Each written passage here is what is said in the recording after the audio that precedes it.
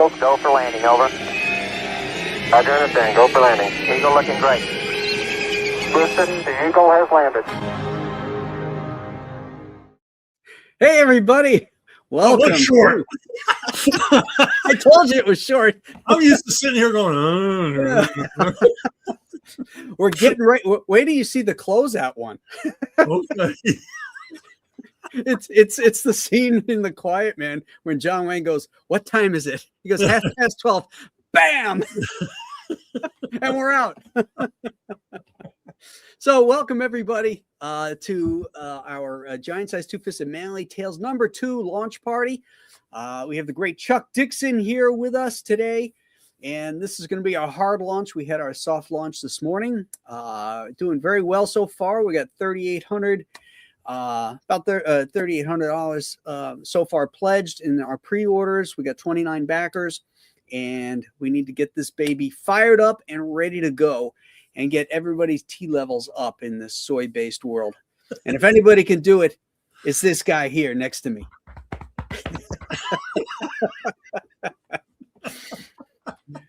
Oh, man. Well, thanks for doing this, Graham. Yeah. Well, thanks for bringing it to me. People asked me you. earlier this morning, how'd this come about? And I said, well, Chuck, had done this thing with Butch for Wildstorm, and he thought it would be, a good fit for Compass Comics now that you got the rights back to it. Right. And I thought, this would be a great Two-Fisted Manly Tale book. Do a whole, do it upright as a hardcover, know, and it's a great story. Tell everybody a little bit about the story and how you came up with the idea for it, Chuck.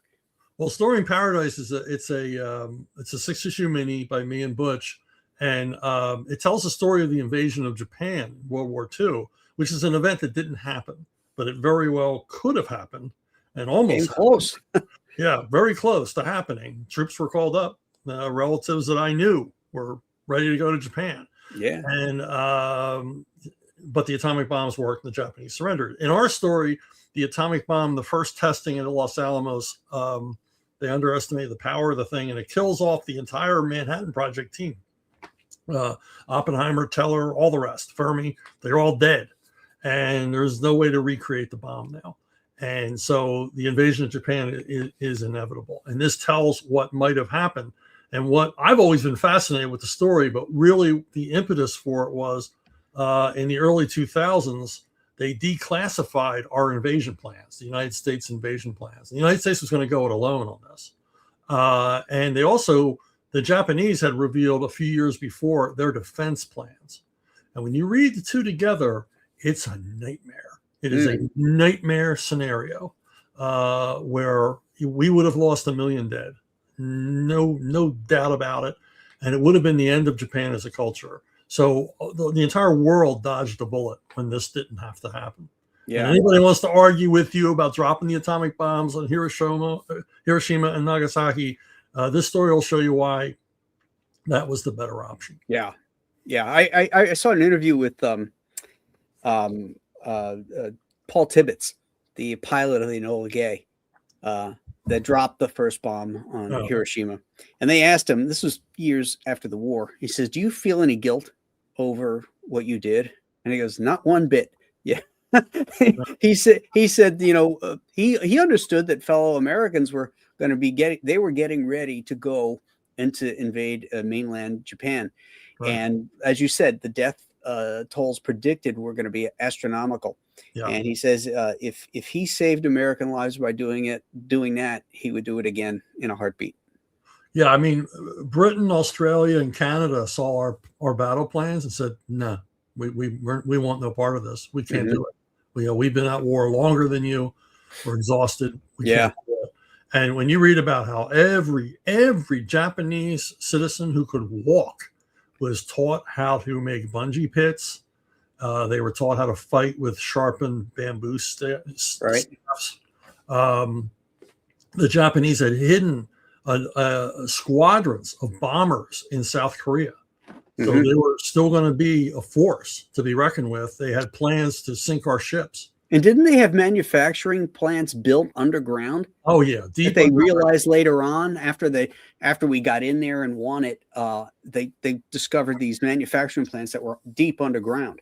Yeah, I mean they could have continued creating munitions even as we were invading, and they were going to fight for literally every inch, and this story covers a lot of what would have been the first landing zone, which would have been the southernmost island, and basically what might have happened there.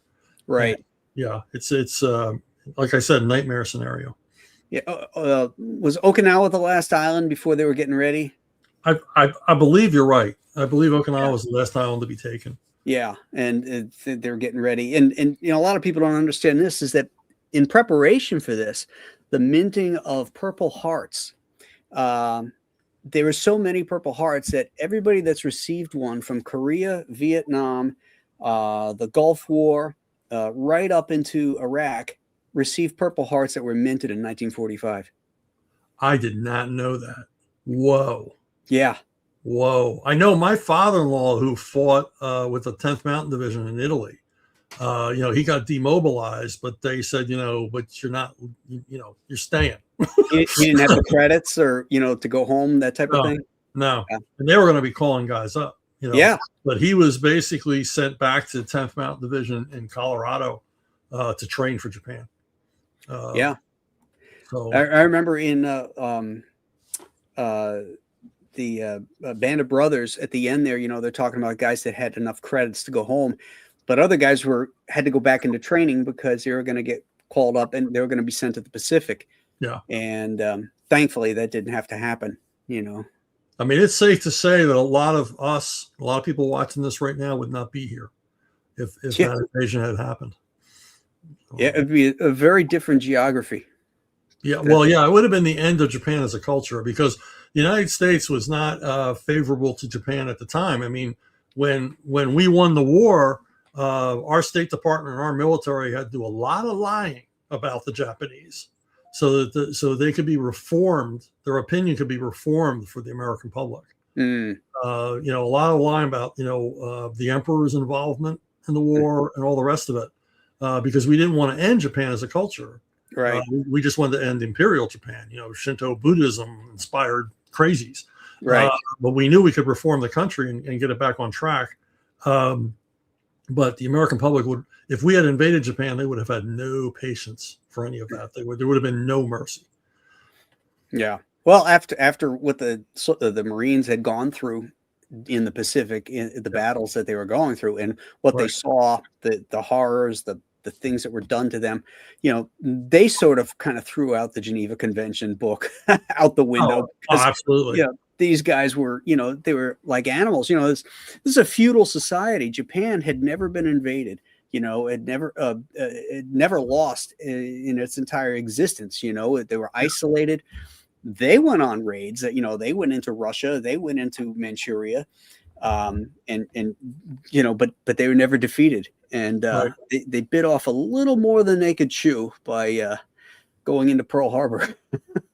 Yeah, well, Yamamoto warned them from the beginning. Yeah, he said we're going to lose this war because we can't keep up with the United States industrial might. There's no way. Yeah, and that was the impetus for them going into places like Russia and Manchuria, is for the resources, which they didn't have on the island. Yeah, absolutely. Yeah. But I forget what general it was when they were considering surrender, and he said there's no dishonor in surrendering to the Americans because they defeated us with iron. They didn't defeat us with honor or courage or anything else, although I think that's not true. They defeated us with iron. So, and they mean iron in the sense of weaponry, industrialization. Industrialization, yeah. I mean, same thing for the Germans. They couldn't keep up with what the United States could do. So you ever see Norm Macdonald when he's talking about things that scare him? No. It's so funny. He talks about there's a lot of things that scare me in the world, but the one thing that scares me the most is Germany. He says, they decided to go to war with the world. And they came close to winning, you know, and then 20 years goes by and they go decide, well, we're going to go back to war again with the world.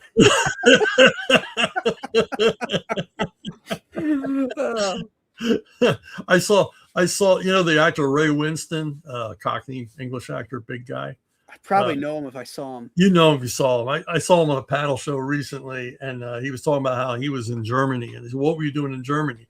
And he says, I like to keep my eye on the Germans. Oh my God, that's funny. Hey, let's take a look at our campaign right here. All right.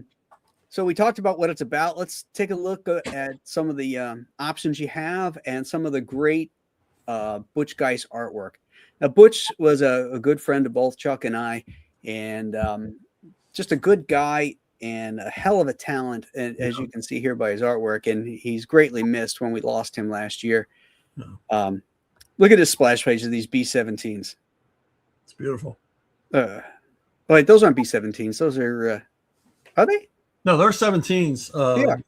Yeah, and you know they're not. For those of you going, well, they're not painted in camouflage. Well, when we got air superiority over Japan, we stopped painting the camouflage because we didn't need it anymore. And basically, it was like in your face. You know, you can see us, but there's nothing you can do about it. Right. This is such a great. This doesn't look like it would be hard to do. You're just drawing a bunch of airplanes in the background. This is a very, very difficult page to draw. Because, you know, these things aren't flying in a line. You know, the yaw and the pitch on each plane is a little bit different, just like they would be in the air. He's counter levered the camera angle where the horizon line is going down, and then the smoke coming up and tying it. You know, there's such a great flow on this page. I love this. Yeah, a lot of guys that just draw the same plane over and over again. Yeah, and stat it. And, not Butch. No, those are all hand-drawn pages. And then this I talked about this morning. You know, I recently posted about the importance of quiet pages, of the talking head pages, but the trick is to make them interesting. Yeah. And Butch, you know, we got 1, 2, 3, 4, 5. We got a 6-panel page, just a grid, you know, nothing coming out of the panels because all the important information is held within. Yeah. And it's interesting to look at, you know. He doesn't have to, a good storyteller doesn't have to dazzle you with extraneous detail or stuff popping out of things if it doesn't mean something, you know.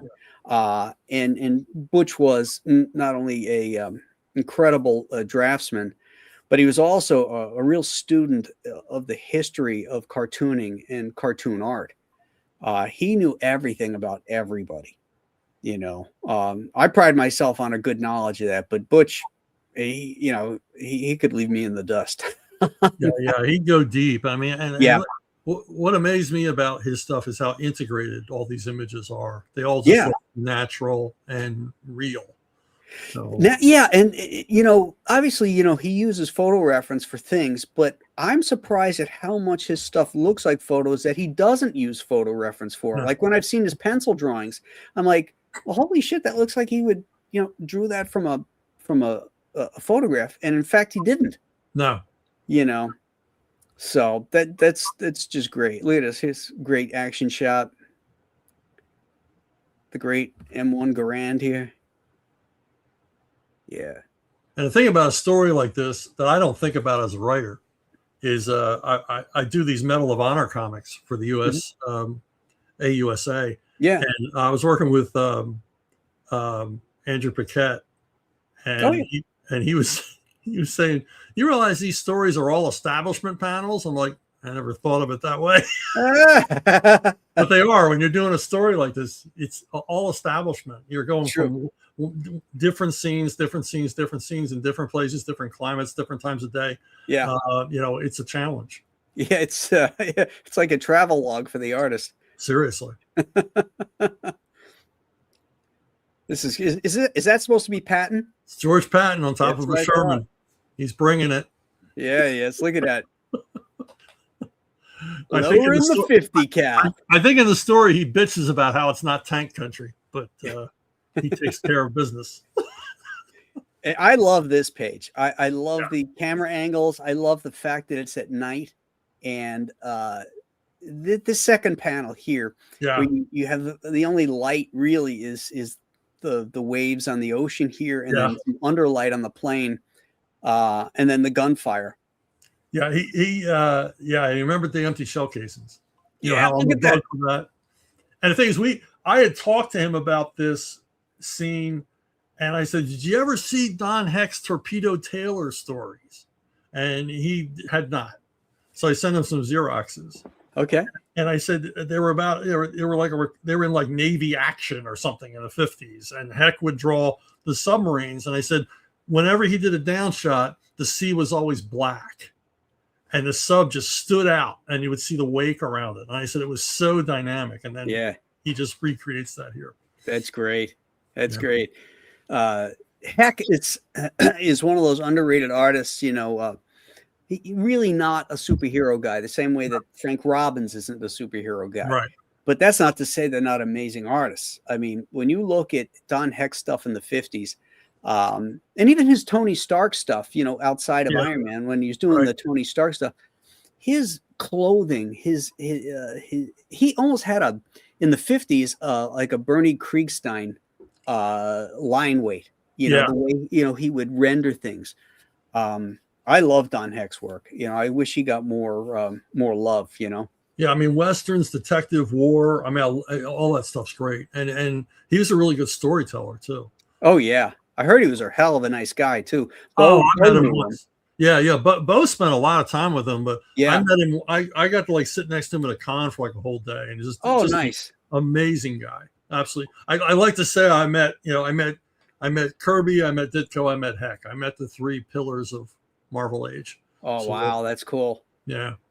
Where'd you meet Ditko?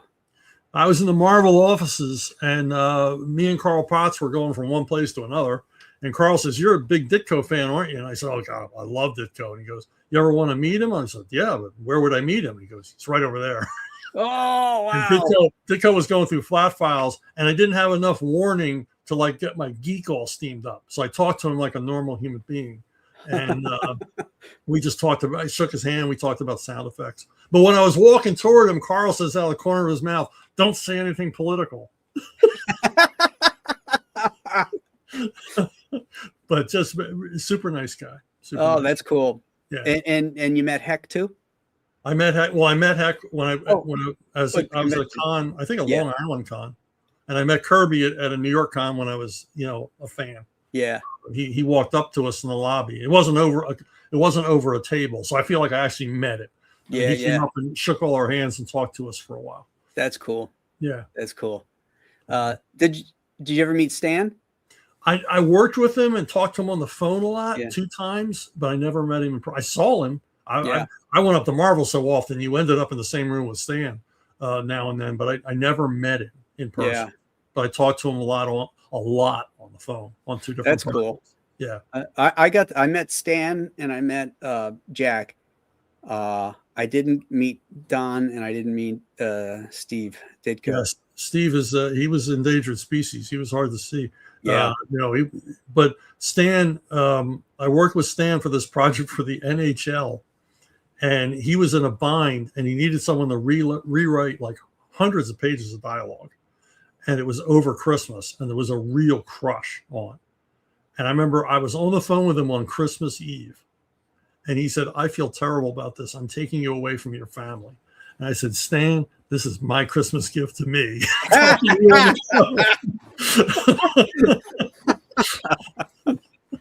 Well, since you feel like that, Excelsior, let's go. I want 20 pages by this afternoon. And I'm putting my name on it. Understood, Stan. Okay. Hey, look at this great cover by Butch. Yeah. Painted cover. This is like one of those World War II propaganda posters. As I mentioned this morning, the reason I chose Fund My Comic over Kickstarter is because I didn't want some liberal wise guy kind of blowing me in for saying this was, racist jingoism or something like that, which Which it is. It Who is. cares? It is, yeah, but it's important to the historical context, you know. It's the perspective of the period. Yeah. Right. Gee, Right. Americans hated the Japanese. I wonder why. Yeah. So Do you remember when we were at lunch at that Italian place that Darren loved? yeah. And Scott Peterson was there, and Pasta de Oro. what's that? Pasta de Oro. That's it. Pasta de Oro. Yeah. So we're all sitting around and we're talking. Somehow World War II came up, and there was only two conservatives at that table, and they're on this show right now. And and you know, somebody was going on about the inhumanity of us dropping the bomb, and you know, I started to chime in, and I said, you know, there was nothing inhumane. It was more inhumane to sucker punch us in Pearl Harbor than it was what we did there. We dropped leaflets telling them what we were going to do, and to surrender, and to surrender, and surrender. And they didn't do it, and they didn't do it, and they didn't believe us. And then we dropped it, and then they still wouldn't give up, and we dropped the second one. And I said, you know, I used the phrase Japs.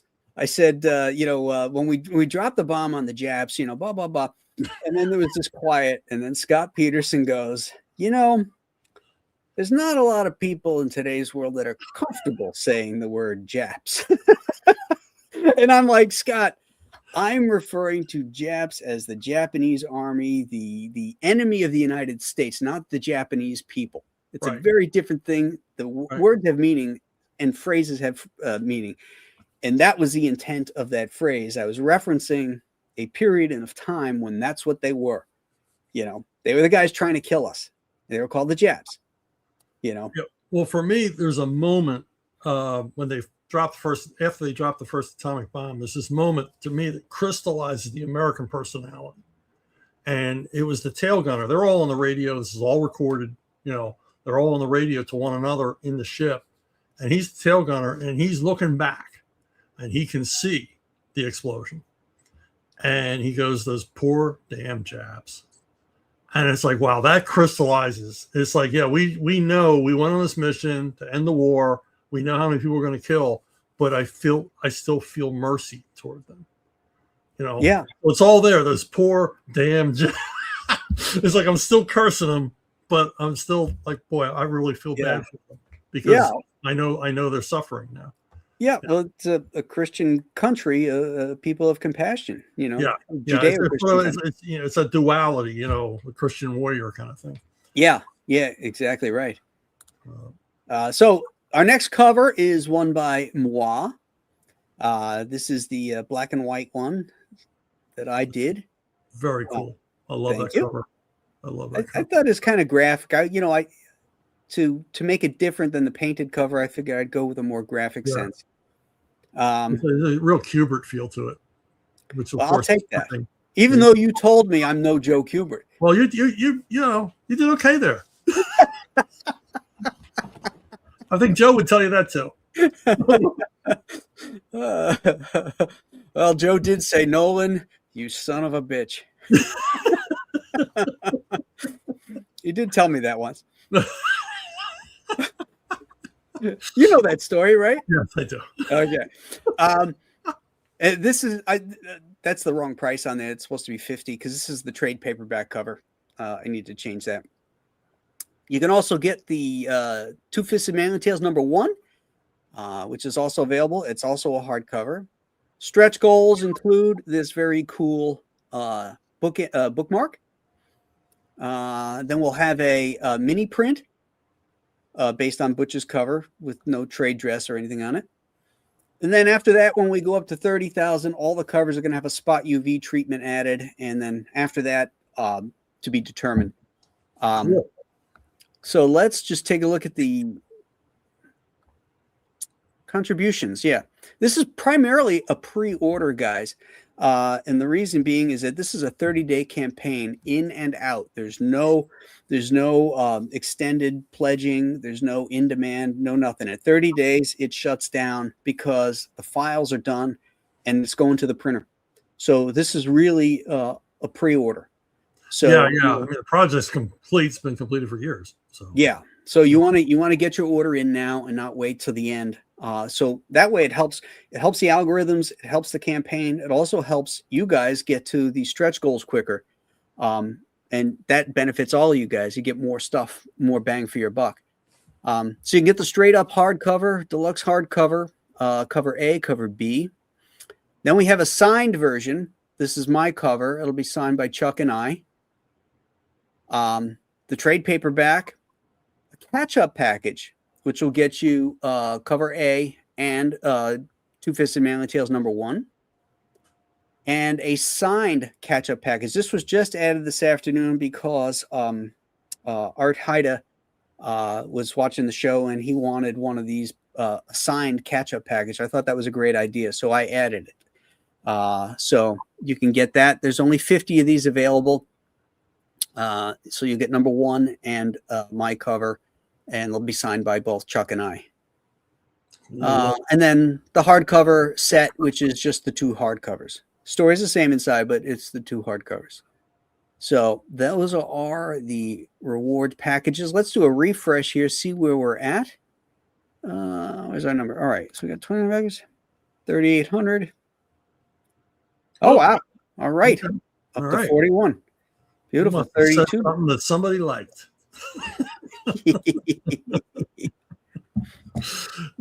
I think we need to bring in backer #4, though.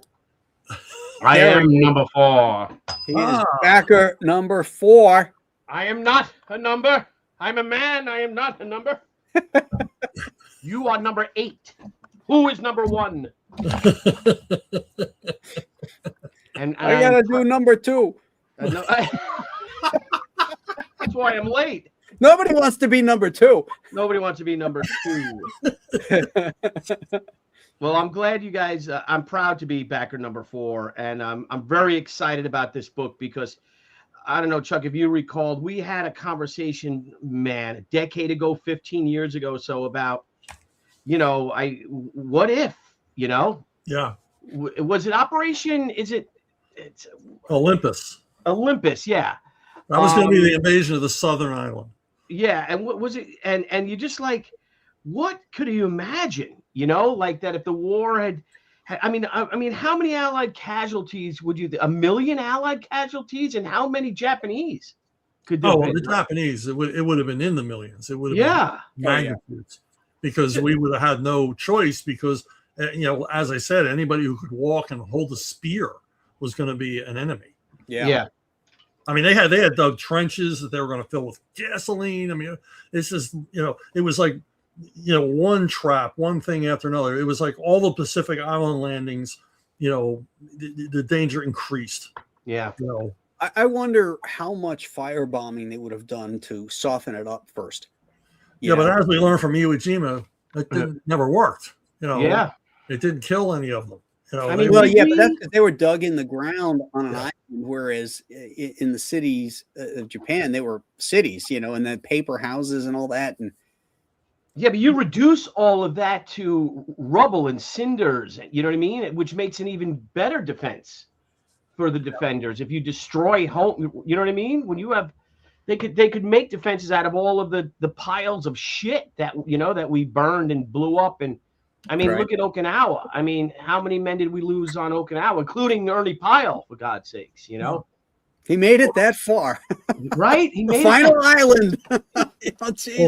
Well, the thing is that with the invasion of Japan, it was different than the invasion of the islands. It was closer like the invasion of Guadalcanal, in that our Navy would have been in danger, not just the guys landing, but the ships themselves would have been in greater danger. Like I said, the Japanese had hidden lots and lots of bombers, which they had no use for until this point of the war. In South Korea, they would have easily been able to hit our fleets off of the islands. And that was something that our forces knew nothing about. Interesting.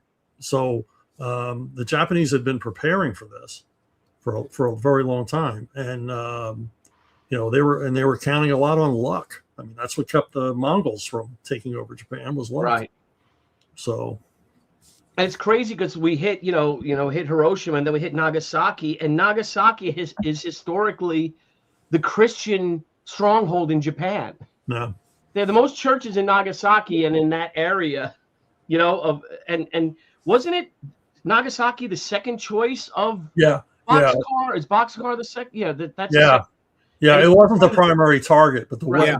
but the first target was socked in with clouds. Yeah, I was going to say cloud coverage.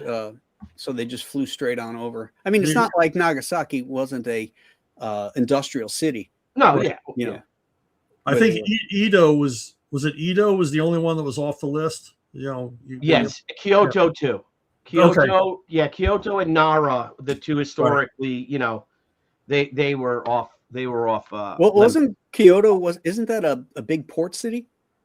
I don't think. No, what's the port city? There's Yokohama is a giant port city. Yeah. If anyone's ever seen a Godzilla movie, of course, Tokyo. Yeah. But Kyoto, it was like the spiritual center for the Japanese culture. And it was like Paris or Rome. Like, we're not going to take these down. Right. So our pal Nicholas Gear is here with $2, and he wants to know, Billy, what's today's history for she? Well, what happened in this day in history with she? Well, I'll tell you. So for those that you may know or not, this is Chuck. This week in 1994, she hit the stands for the first time. Wow. And it was crazy week. I think though I'm deducing it, I actually think that the book actually hit the stands on the 30th of May. I called Mitch Halleck, you know, from Terrific Con. I asked him if he knew what day, and I called Shelton's store. Shelton wasn't in, and there was someone there that wasn't even born yet, so they didn't know what day comics came out in 1994. So Robert Young, who puts on the South Carolina Comic Con, was a manager for Mitch, and you know he was running like 6 stores. He swears it was Wednesday, was New Comic Book Day in 1994. Yeah, Wednesday. Yeah, that makes sense. Yeah, that's what I always thought that. But Mitch swears, and a couple other people swear that it was Thursday. But no. Wednesday was New Comic Book Day. No. Well, then it would definitely be the 30th of March is the day it came out, because I have a letter from St. Patrick's Day 1994 that I mailed to the printer, and she sent it back with my film and everything, stating, "Here's the film." Yes. Oh, it wasn't worth $2, Nicholas. Yeah. No. Anyway, we have to talk about it. Anyway, so it's I'm hanging out here with two geniuses, but getting to Butch Guice, that's I'm really looking forward to, because I love his art too. I've got a lot of you guys the books from CrossGen and things like that, and just what a tremendous talent. And I remember he passed away around a year ago, right? Or little, you know, and he wasn't old, right? So may I ask, you guys know what happened? You know, was he sick or? He was sick for a while. He was sick. He was hospitalized, and I believe put on a ventilator. Yeah. And that's never good. No, that's never good. So that's awful. Yeah, just what a loss, you know. Yeah. I mean, what a tremendous talent, and because I'm a detail guy, so I love seeing those M1 Garands, and I was listening earlier that was Patton on the 50 cal laser away over there, stuff like that. Yeah, I got Butch was kind enough to gift me he did a cover for me for Alien Alamo, and he also did a story in the first Giant Size Two-Fisted Manly Tales. It's actually the first story in the book he did with Mike Barron, but he had gifted me the artwork for the Alien Alamo. It's just beautiful, beautiful cover. Yeah, he's. When I got to CrossGen, I mean, I moved down there, and I was away from my family. My family hadn't moved down there yet, and Butch and Julie and their daughter Beth kind of became my family. You know, if I wanted a home cooked meal, I went over there. So I got to hang out with them a lot. Yeah. And, you know, those were good days. And he was just the sweetest guy you'd ever meet. You know. Yeah. What a shame. And what did you guys all?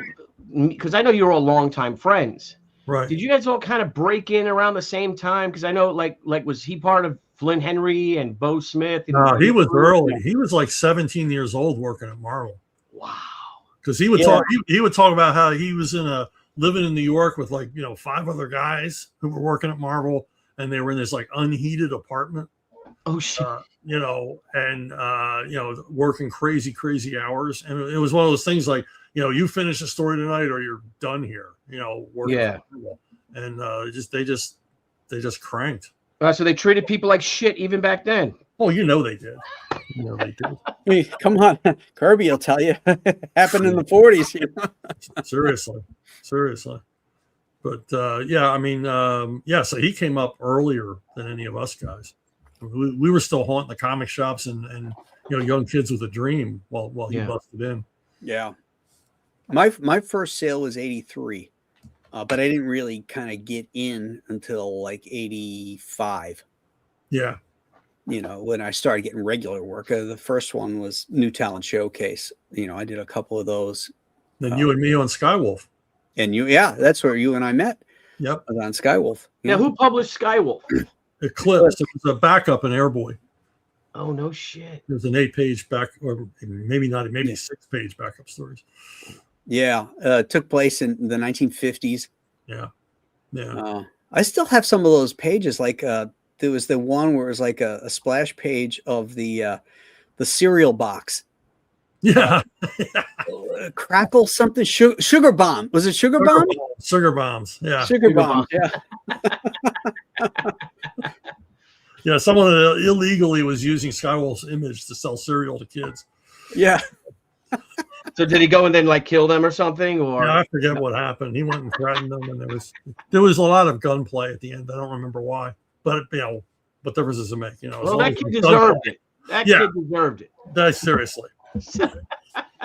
What, Chuck? So if I may ask, because I've never asked you this. Now, Graham, I've heard from our professionals, in King streams and stuff, that how you got in. You're a Kubert guy, and it's easier, obviously, as an artist, because you all you have to do is show your samples and have an editor that likes you. But how about you, Chuck? How do you get in as a writer? Now, I know you can draw too, because I think I have a drawing of yours, you little faces that you draw and stuff. Yeah. Just kind of, going to conventions, because editors used to go to conventions back then. And, and basically talking a lot to Archie Goodwin. I mean, my philosophy was talk to the editor who edits the stuff you like, because there's got to be a rapport there somewhere. If he's doing shit you like, you must have something in common. And of course, I always wanted to meet Larry Hama, but Larry Hama would never go to conventions back then because he was afraid there was a John Hinckley out there waiting to kill him.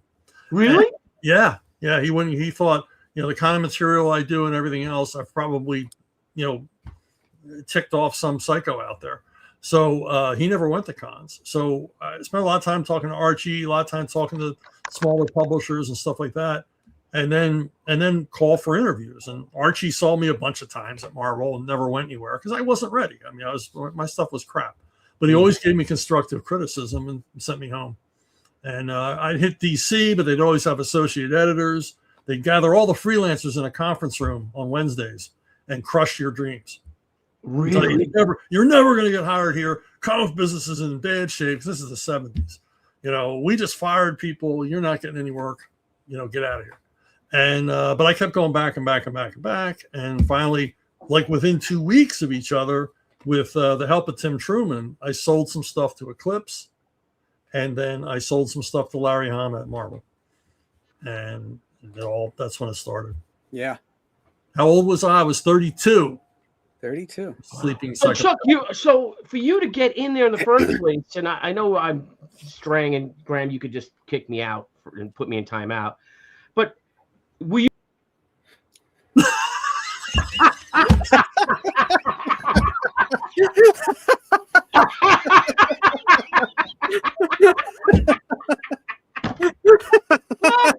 That was great. No preamble.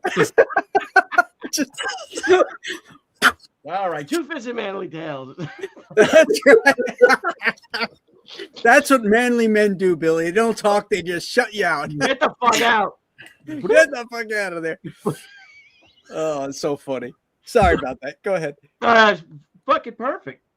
Oh my god, that's great. Holy shit! I don't remember what I saw about that. No, were you like a fan? Like, Oh, yeah. like you would just talk to Archie at cons and like you just sit. Were you online to get him to sign your book? And then like, how does one strike a conversation with an editor about, and then you get to like, wow, this guy's got something going on here? Or do you say, well, can I submit some of my stories to you? Like, what's Well, I remember asking him like what kind of research he did, because, you know, he did a lot of war stories and stuff. So we sort of went from there.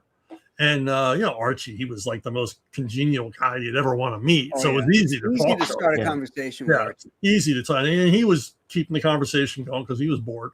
So my idea was, I saw a lot of guys go up and they'd hand over pitches or outlines or whatever. And I said, I don't want to do that, because they're going to leave that in the hotel room.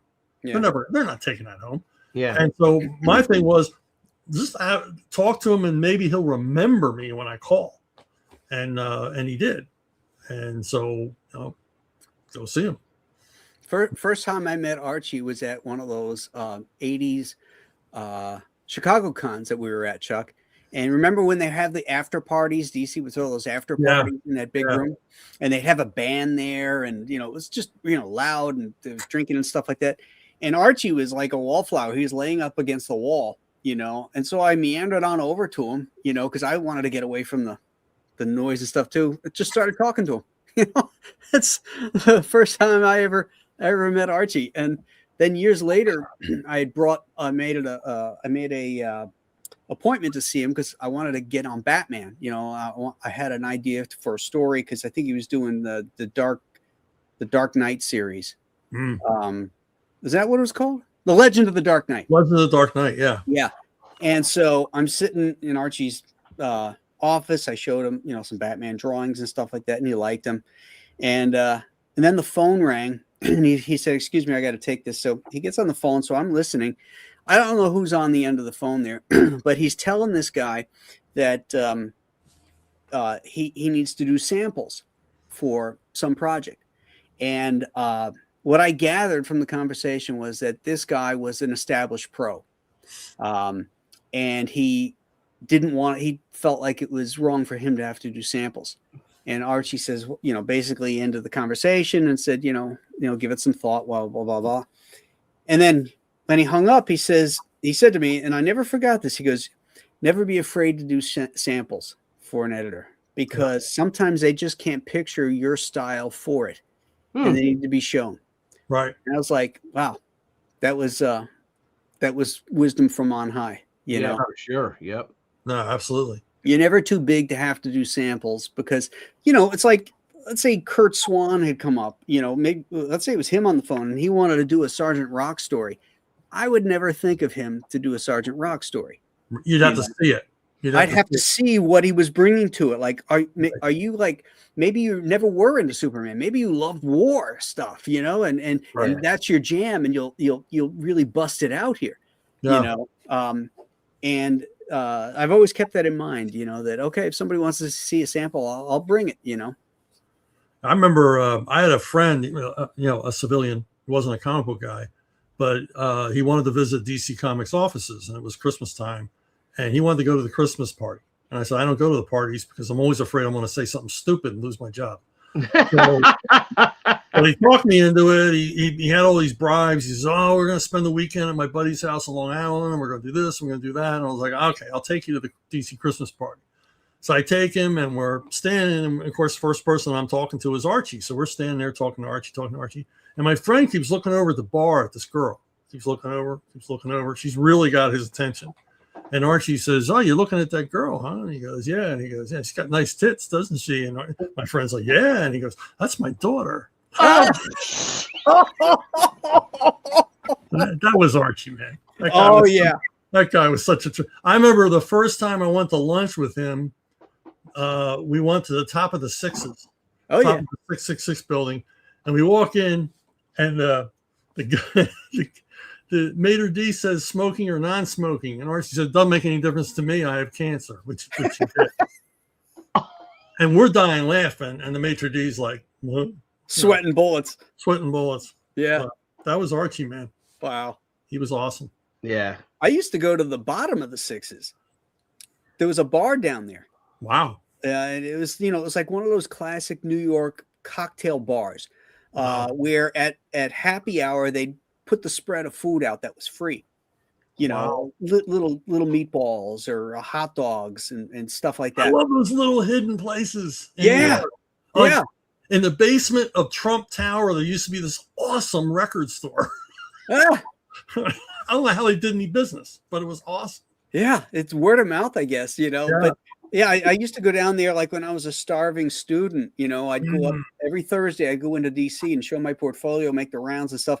And then in the evening, you know, like I would go down there with Sal Amendola. He would take me down there.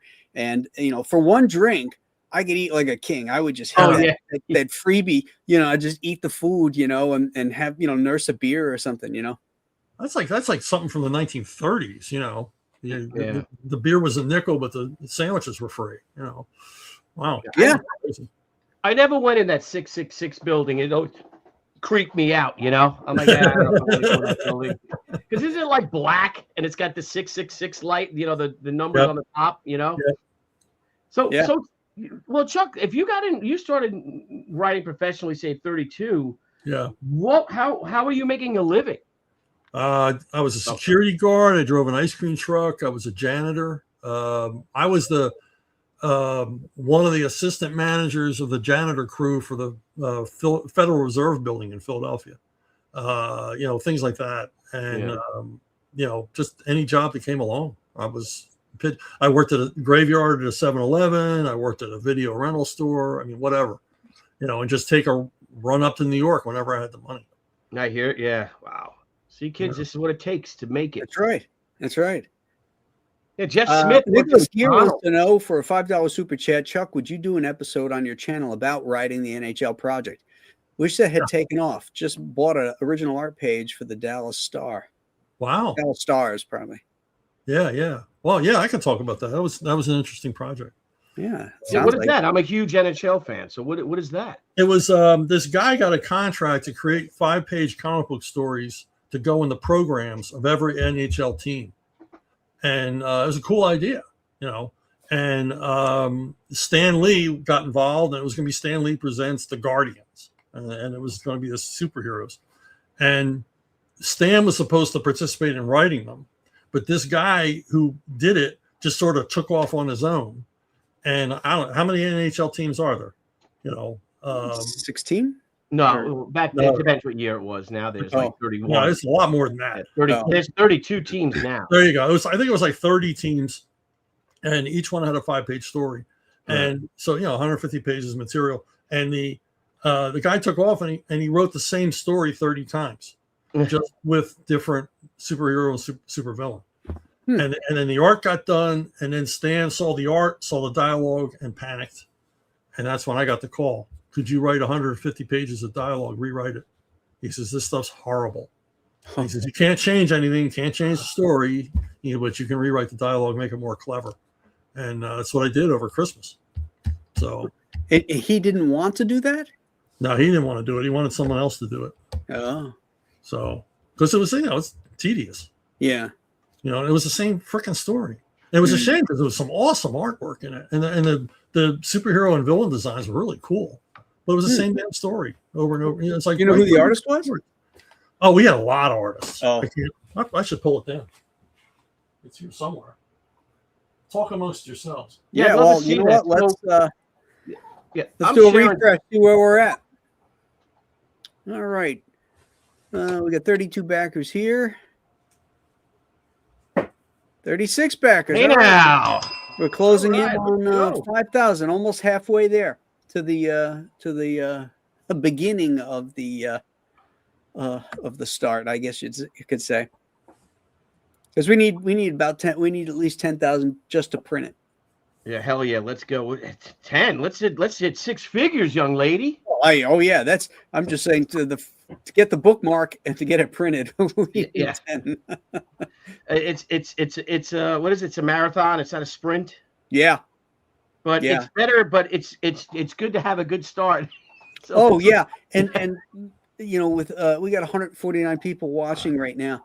I want to just reiterate that this is a 30-day campaign. You know, it's not like other ones where there's going to be a closeout and then goes in demand or has late pledges or anything like that. This book is done. The files are ready to go to the printer. And once we get our numbers for the final, this is a pre-order, really. So, you know, get in there, pre-order it.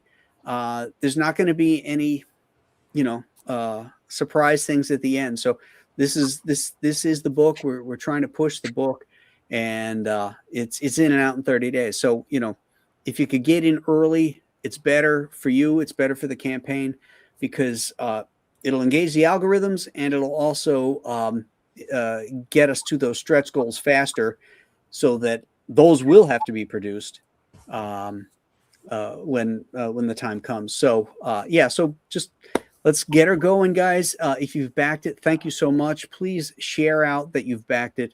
Let your friends and your social media know that you've backed it, and tell them how cool it is, and you know, and how wonderful me and Chuck and Billy are. And Yeah. we Well, maybe I should- would appreciate it. Yeah. I know I got a copy of this damn thing somewhere. I got too many books. These Well, are all maybe books I I wrote. shouldn't- These are all the books I wrote. So, you know, I can't find it. It's there. Too many books. Is that a phrase? Wasn't it? Who's the guy who wrote Gunga Din? Rudyard Kipling. Kipling. Kipling. Yeah, he said a man can't have too many books, too much wine, or too much ammo. Did he say that? Yeah. That's freaking awesome. Yeah. Words to live by. That's going to be my next tattoo on my tramp stamp. It'll be. Yeah. There you go. That was my wife's question all through COVID. Do we have enough ammo? Yeah.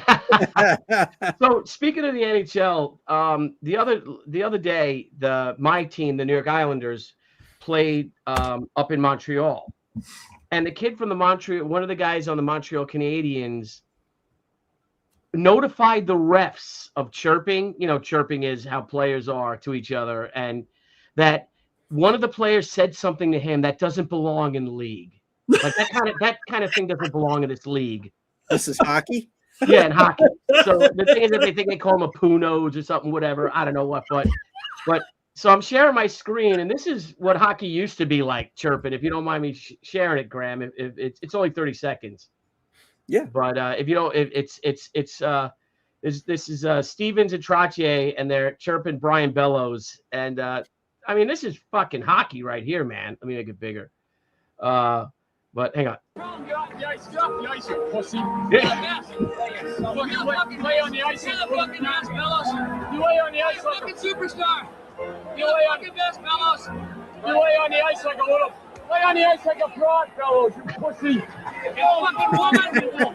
You get up, you faggot. Balls, you fucking tit butter. Get up, you pussy. So that's hockey, right? That's right. Yeah. And now you got this fucking guy on Montreal going to the tattletaling, going to the refs, saying, "I just want to let you know what he said something," and that I can find his real quote, you know. But it's like that type of talk doesn't belong in the game, you know.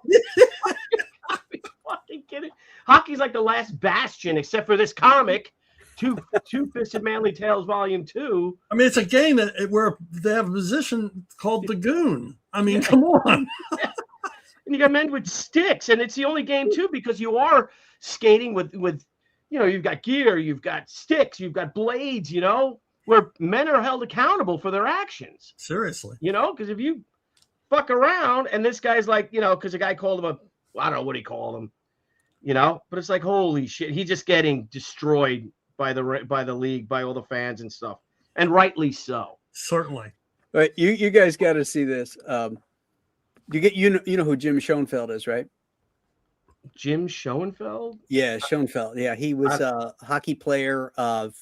He played for a lot of teams, but he played for the Buffalo Sabres and became a coach for the Buffalo Sabres at one point. Okay. And let me share this. So he got pissed at this ref, right? He didn't like the call. And then this is them back as they're heading back to the locker room. Oh, wait, where's the volume on this thing? Oh, there it is.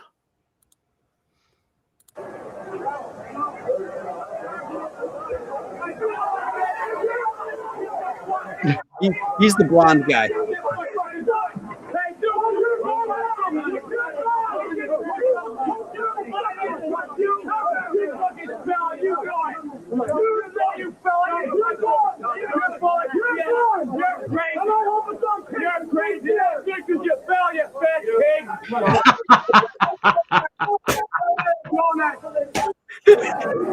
Yeah, you got to see mic'd up like 1990s, 80s, 90s hockey and just the shit that they were saying. You got Gretzky, calling the guy a pussy and all that stuff like that. Have another donut. Have another donut. Fat pig. Oh, you're Oh my skating God, like a that cracks broad, me up. fellows. Jeez. All right, Marcus Kellegrew is on his way to South Carolina in a couple weeks with us, and he's going to hang with me and you, Billy. Excellent. Now I got my shirt. Yeah, Marcus, did you order the Cigar Fest shirt yet? You want to be styling, bro? Yeah, for the Graham Nolan cigar. What do you call it? Cigar Fest? Cigar Fest, yeah. Excellent. Yeah. It's gonna be one for the ages, man. Can't wait. It'll be a lot of fun. Yeah. I haven't been back to South Carolina in a while. It's a fun show. We got Andy Smith is going to be there. Marcus is going to be there. Dennis Turner. Words of iron will be exchanged. I just did my first con in 7 years last weekend. I saw that. You were at MegaCon. Yeah. How'd that go? Still tired. Well, that's a tiring con. I was only there one day. I would have left as soon as I was done signing, but I wanted to hang out with Sergio. So I stayed there till they shut down. Did you drive back that night? No, we stayed. We were there on Ripa's dime, so we stayed overnight. Okay. I had Gavin with me. Oh, okay. So Nice. But yeah, they treated us well. Signed a whole bunch of books. Met Zachary Levi. That was cool. Oh, I like that guy a lot. Dude. Yeah, he's a nice guy. Yeah. He's a Scotsman. Is he? Yep. Like not by heritage like us. Yeah. Oh, Yeah. I had no idea. Yep. Yep. Yeah. What was weird was it was a guy who was a double for him, dressed in the Captain Marvel costume, and I mean movie Captain Marvel costume. And they were the same height. They looked the same. I thought it was him. I thought, wow, that's commitment. Wow. And the guy was jacked. Yeah. And I'm like, wow, that's commitment. This guy played the character and he's walking around cosplaying it at the con, but it wasn't him. Yeah, I think Zachary had the padding. Yeah, well, this guy didn't, man. This guy was big. Yeah. So, Yeah. I'm I'm going to Jacksonville tomorrow for a con. Oh, cool. Oh, Yeah. nice. Back down to Florida, get some better weather. Yeah. Yeah, I could use it. How is the weather down in Florida now, Chuck? It's beautiful. It's about 80. Nice. Little humid, but sunny. Yeah. So, Nice. I'll a take little it. cooler up in Jacksonville. The weird thing about cons is, like you said, like like Eric brought you in, you were a guest of Ripaverse. Yeah. But I think it's that you have these artist reps now, right? That are Mhm. buying up all these tables, or maybe not even, I don't know if they're buying them up. If you see them, there's a giant blocks of them. Yeah. So they'll be like, we want Scott Snyder, right? Like, well, if you want Scott Snyder, you got to take so-and-so, so-and-so, and so-and-so as well.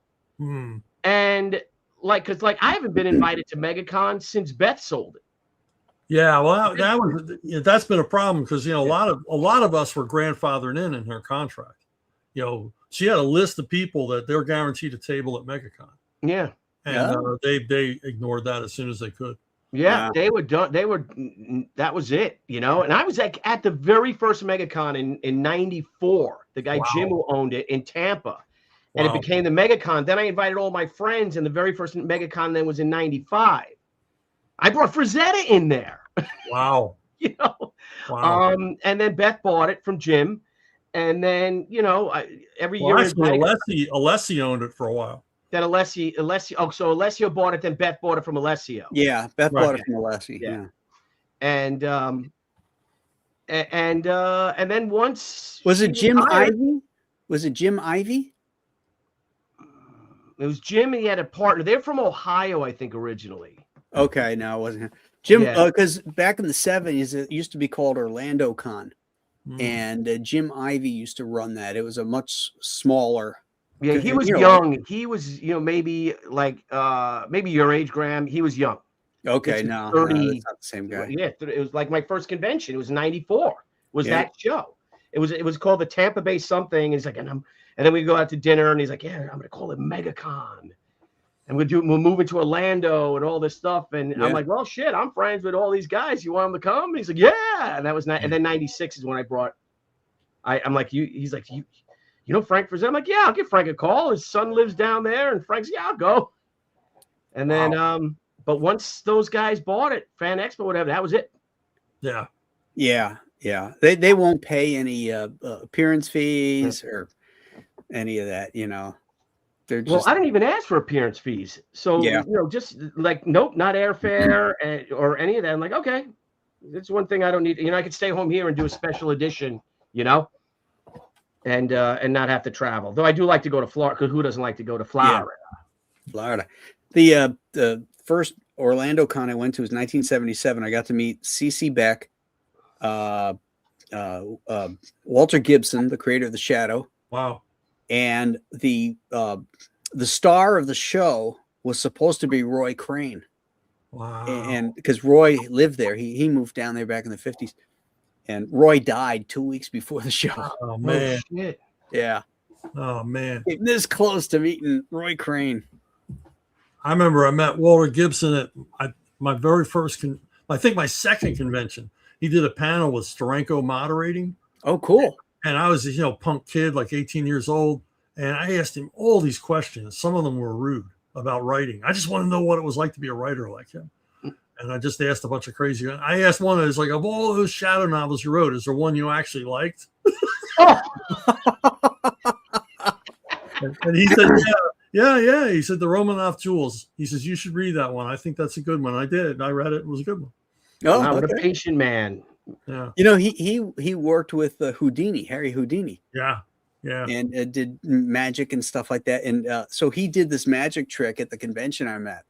It's one of those rope cutting things, and then the rope's not cut type deal. Yeah. So he's 82 years old, 85 years old or something when I saw him.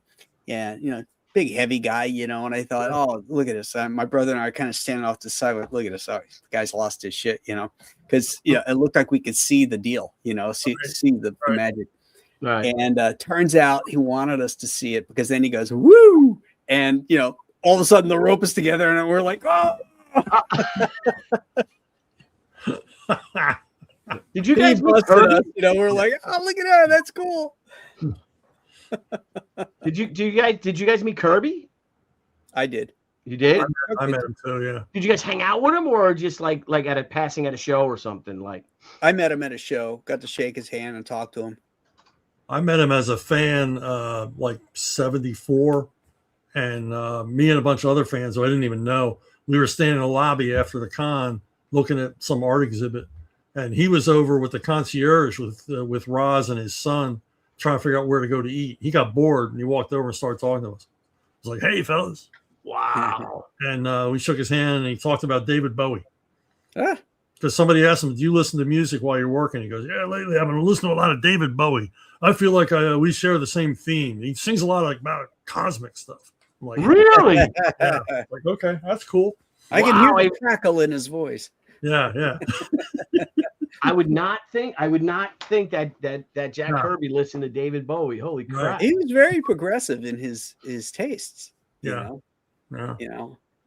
Well, he's just a curious guy. Yeah, curious. Yeah. That's the word. Yeah. I met him at that San Diego con we were at, Chuck. We were signing at the DC booth, and somebody in line had said, Kirby just finished a panel and he's heading back to his table.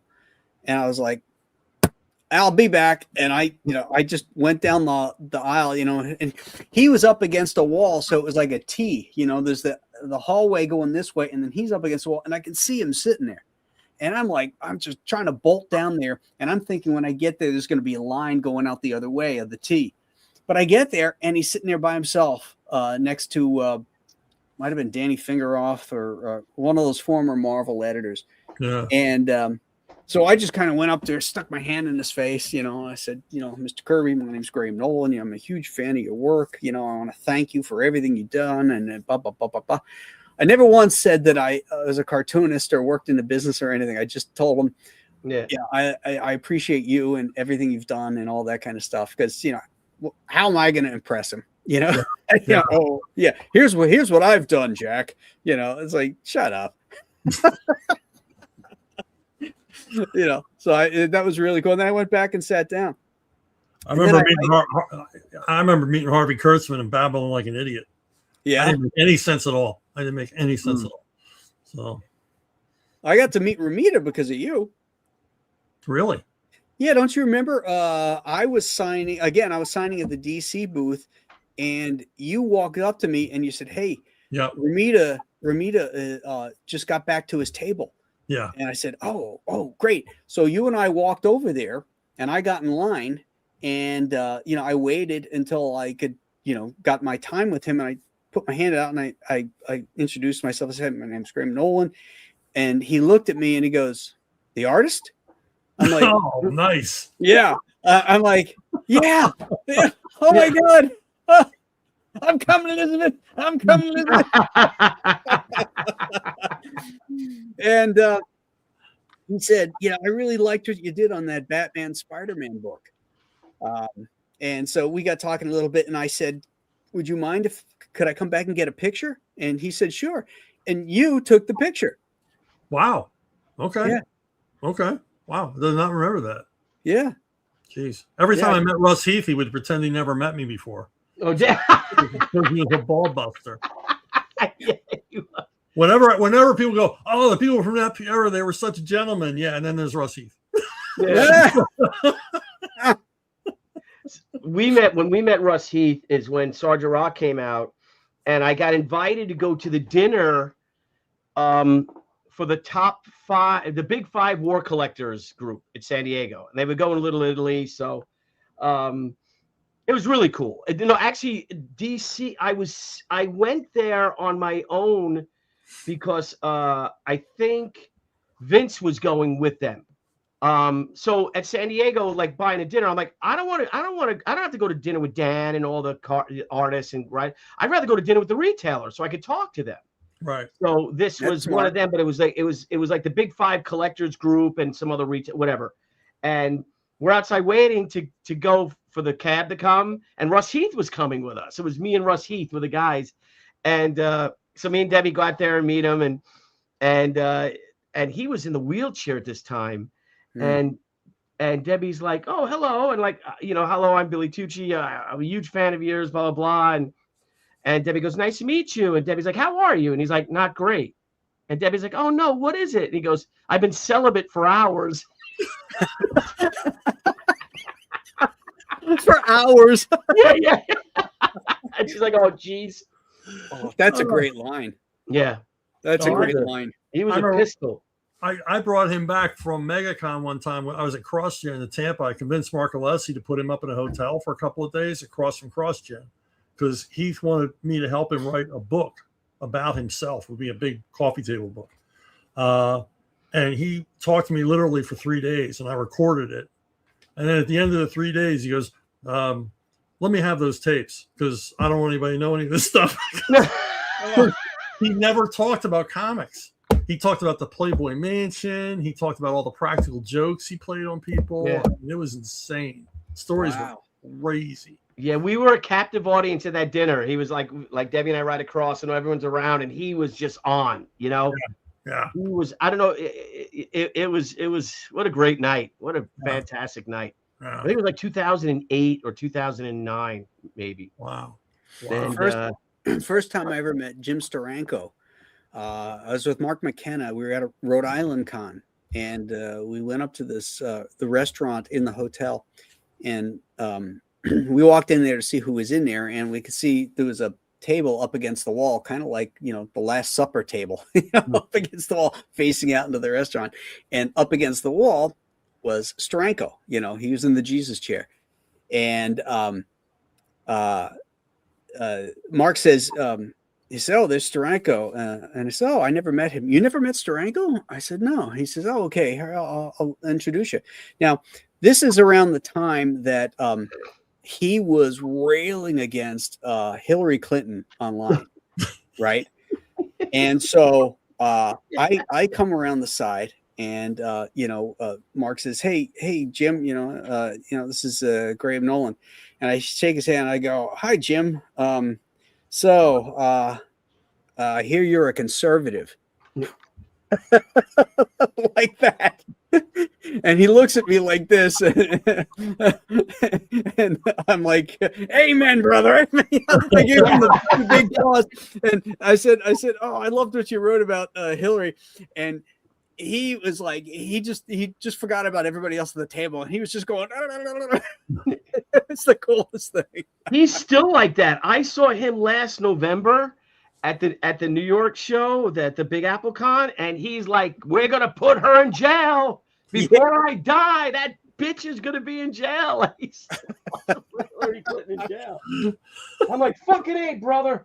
How did she get away with all this?" It's like, oh, and the same thing with you, Graham. Like, and there's a line of people. I just had to go say hi to him, just to pop in, and there's a line of people, and I hung out with him at a show one time, went to dinner and everything. We talked about everything from, the Great American Songbook to, movies, monster movies. Then afterwards we went up into the lobby and, he doesn't drink. And I had like a couple glasses of wine with dinner, and it's, it's been a long day. It's like 1 o'clock in the morning and I'm tired. I'm like this, trying to stay away. And he just keeps going. I finally said, "I got to go to bed." Yeah. Yeah, I've done that too. I've actually avoided him a few times because, here we come stumbling in at 11 o'clock, in San Diego at the Marriott, and there he's holding court in the lobby. And you're like, because you get stuck because you want to be there, because you want to hear his stories. But he'll go on till 4 a.m. Oh, yeah. He's got a lot of energy, man. Wow. I love how he doesn't want to take pictures with dudes, but he'll take every picture with a girl, and like if a guy comes up and he's pretty fit, he'll sign something and he goes, "So what do you bench?" What do you ask him? What do you bench? Oh man, it's so funny. God. But you know what's not funny? This giant-sized two-fisted manly tail. Yeah. This will almost halfway there. This will purge the soy out of any man. Yes, it will. Let's do a refresh. See where we're at here. Oh, there we go. All we're right. halfway mark. Going. To that magic number to get us going. Beautiful. Man, this Compass Comics got muscle.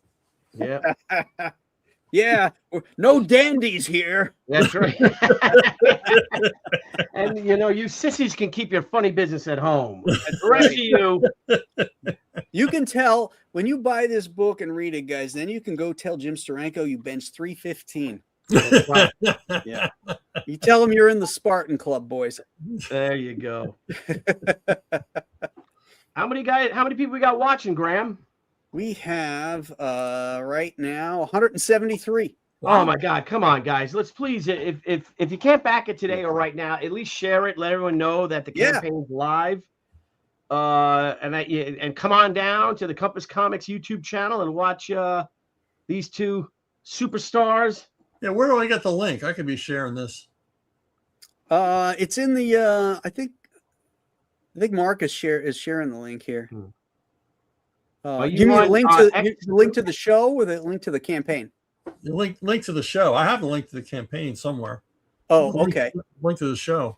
Here, I'll put it in there. Oh, you know what? I'll put it in the private chat. Yeah, do that. And then I can I'm sitting here ready to go. I will spread the word here. There you go. Boom. Okay. Yeah. Let me copy that.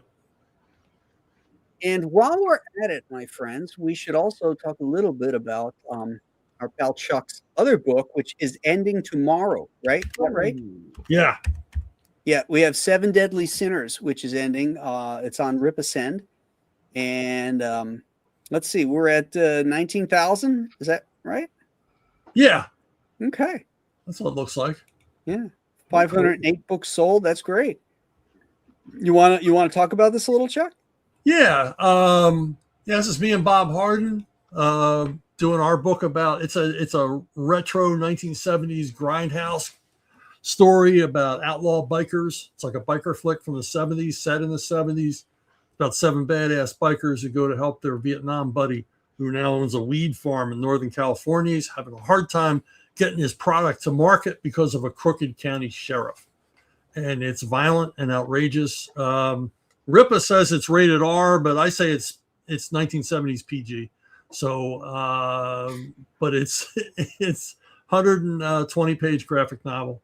Wait a minute, it's 1970s PG. That means there's tits in it. Oh Yes. yeah, it's full frontal nudity. You know, because that's the way we rolled back then. Hell yeah. It is the way we rolled back then. So I remember going to see The Buccaneer and seeing all of Jean-Pierre Boujol in a PG movie. But we saw all of her in The Invasion of the Body Snatchers. Yeah. So anyway, it's this is and Bob probably isn't familiar to a lot of comic artists, but he used to draw for Cartoons and Drag Tunes magazines back in the day. He was a legend there. He's a legend in the area of concert posters for a lot of major rock groups and mostly heavy metal stuff. But and he's the only guy I could have done this with. So, yeah, we had Bob on a show. I don't know, last month with Chuck, and Bob showed us some of his like the paintings that he did for this. In fact, the cover. And there was another one. I think it was the motorcycle one here that we're seeing in black and white here. Yeah, that's the movie poster. That's a full 1-sheet movie poster. It comes in 3D, black and red, and full color. Yeah, here it is. This is the one. I think we saw the original art for that. Yeah, it's amazing. Bob is so talented. He's a former Kubert guy. He's a few years before me, and the guy can draw his ass off. Yeah, great stuff. Yeah, he is tremendous. We had you guys on too, and that was a fun stream. What a nice guy too. Yeah. And this book is done as well, right? Or both? Oh yeah, it's been completed. It's been completed for a few years. We just couldn't find a publisher with the balls to publish it, but Ripperson did it. So nice. This is the kind of eclectic stuff which is really important to separate independent comics from these mainstream guys. They're looking for the same old. It's just like Hollywood. Nobody wants to take a chance on anything unless somebody else takes it, establishes it, and then they'll rip it off. And it's the same way here in comics. There's so many interesting genres and cool, even cross genres that we could be exploring. And I try to do that with my Compass comics. I've been avoiding the superhero sandbox for a long time. Yeah. And just focus on, monsters and sci-fi and those type of genres. But this kind of stuff, 70s grindhouse, that's a whole other genre, which nobody does. No one's doing it. Yeah. That's why manga's eating our lunch, because they have variety. They have a manga for whatever your taste. If you like golf, there's a manga. I mean, yeah. I mean, here it's like superheroes 24/7. It's like, it's a little tiring. Yeah. And it's the same old stuff, the same old storytelling, stylings, rip off of rip off of rip off. Superheroes are ruled by twinks now. Yeah, well, there's that too. My God, please. That Aquaman cover recently is, and especially at DC, that just all these gay imagery, that they're taking these classic heroes and turning them, into groomers. It's not good. It's not good. Which is why we are offering alternatives, my friends. Stuff like this, 7 Deadly Sinners. You're not going to get this anywhere else. I can play the trailer, can't I? Yeah, why not? If you want to, it's your show.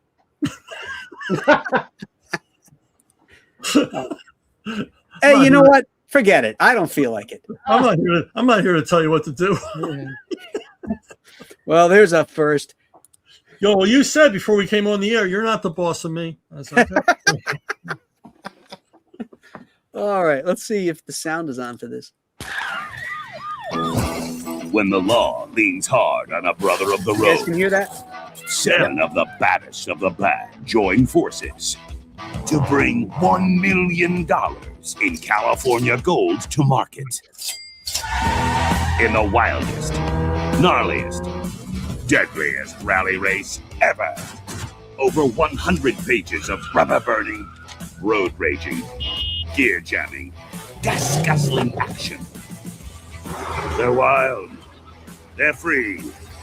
They don't give a damn. A retro instant classic of a lifetime in the making. Coming at you from comic book outlaw Chuck Dixon. And legendary cartoonist Bob C. Hardin. And the hard-riding gang at Ripperset.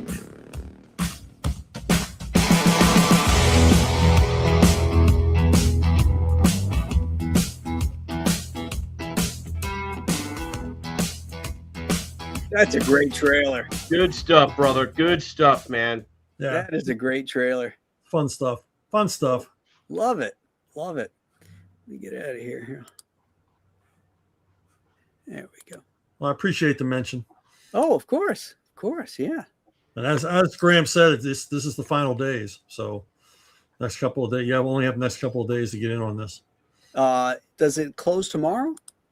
Closes Friday. Friday. Okay. Yeah. Oh, I see. March 27th. Yeah. We're gonna do a show at Ripa, a podcast at Ripa last day. Okay. And I got podcasts like from the time I wake up tomorrow to the time I go to bed. So trying to push this rock up the hill. No, that's indie comics for you, right, brother? Sure That's is. it. You know, when the marketing department's working, the writing department ain't working. Well, they say, oh, we have to market our comics now. We always had to market our comics. Yeah. Yeah. I talk about Joker Devil's Advocate. I never heard of that. I know. Yeah. DC didn't market it for crap, Yeah, they buried it. They buried it. But at Compass Comics, we don't bury it. We get out and sing it from the highest hill. And That's there right. you go. Shout it. You're saving this. They buried this when it first came out, and you're saving it. So That's right. That's right. This was originally published by Wildstorm, sort of, and we're going to give it the proper treatment it deserves. Great subject matter, great creators, deserve a great presentation of their work. So that's why we're doing this as a deluxe hardcover. It'll look gorgeous on your shelf, and when you open it up, it'll be gorgeous. And when you see Chuck's picture in it, that'll be gorgeous. Everything will be gorgeous in this book. I mean, you can even just say "Hello, gorgeous" when hello, gorgeous. Hello, gorgeous when it comes. And this book is done, right, guys? Yeah. This book is done. This is a pre-order. Get it now, and we will be shipping it or printing it as soon as the campaign's over, which is the 25th, I think, of April. Yeah, April 25th. At they have this at okay. I don't know. This company must be in Pacific time. Oh, I think they are. Oh, just Fun My Comic. Oh, I don't know. Fun My Comic. Yeah, Fun My Comic. It says PDT here. Yeah. So yeah, it'll end at midnight on the 25th. Yeah, this was a creator-owned project that Butch and I did for Wildstorm under their creator-owned program, and at the time, just a little inside baseball here. They kept trying to talk Butch into doing anything else. They were offering him, you could do this Justice League thing or this thing or that thing or whatever. And he was so committed to this that he said, either greenlight this or Chuck and I are just going to go to Dark Horse, and they'll snap it up. Yeah. So then Wildstorm said, okay. And then proceeded to bury it. Yeah, but then of course they buried it because they didn't know how to market this. Yeah, no. So yeah, it's much more at home here at Compass Comics. Yeah, this is a perfect match. Yeah. Speaking of burying, it reminded me of Bane Conquest. Yeah, buried that thing. Yeah, that's what you guys did after the movie came out, right? It was after that. Yeah, it was in the wake of that. Yeah, yeah. It was as a result of that. Yes, it was in the shock waves after that. Yes, the shock waves of tiny little checks. Yes. Like, hey, what the hell? And Chuck, we season that thing with all kinds of Easter eggs, particularly Kirby, New God stuff. Right. That we were gonna go with Bane. He was gonna be like this, the Doctor Doom of the DC universe, and have access to the apocalyptic weapons from Apocalypse. All this kind of cool shit. And DC decided they were going to put their eggs in the Tom King basket of what was that Bane book he did? Gay Bane or something, or Naked Bane sitting on skulls. Bane goes to the bathhouse. I can't remember. Yeah, it was something like that. But that's where they decided to put their money on, instead of ours. Yeah, a sort of lame abbreviated retelling of Nightfall. So yeah, with the obligatory backbreaking scene. Yeah. God, Jesus. Wait, wasn't that done already?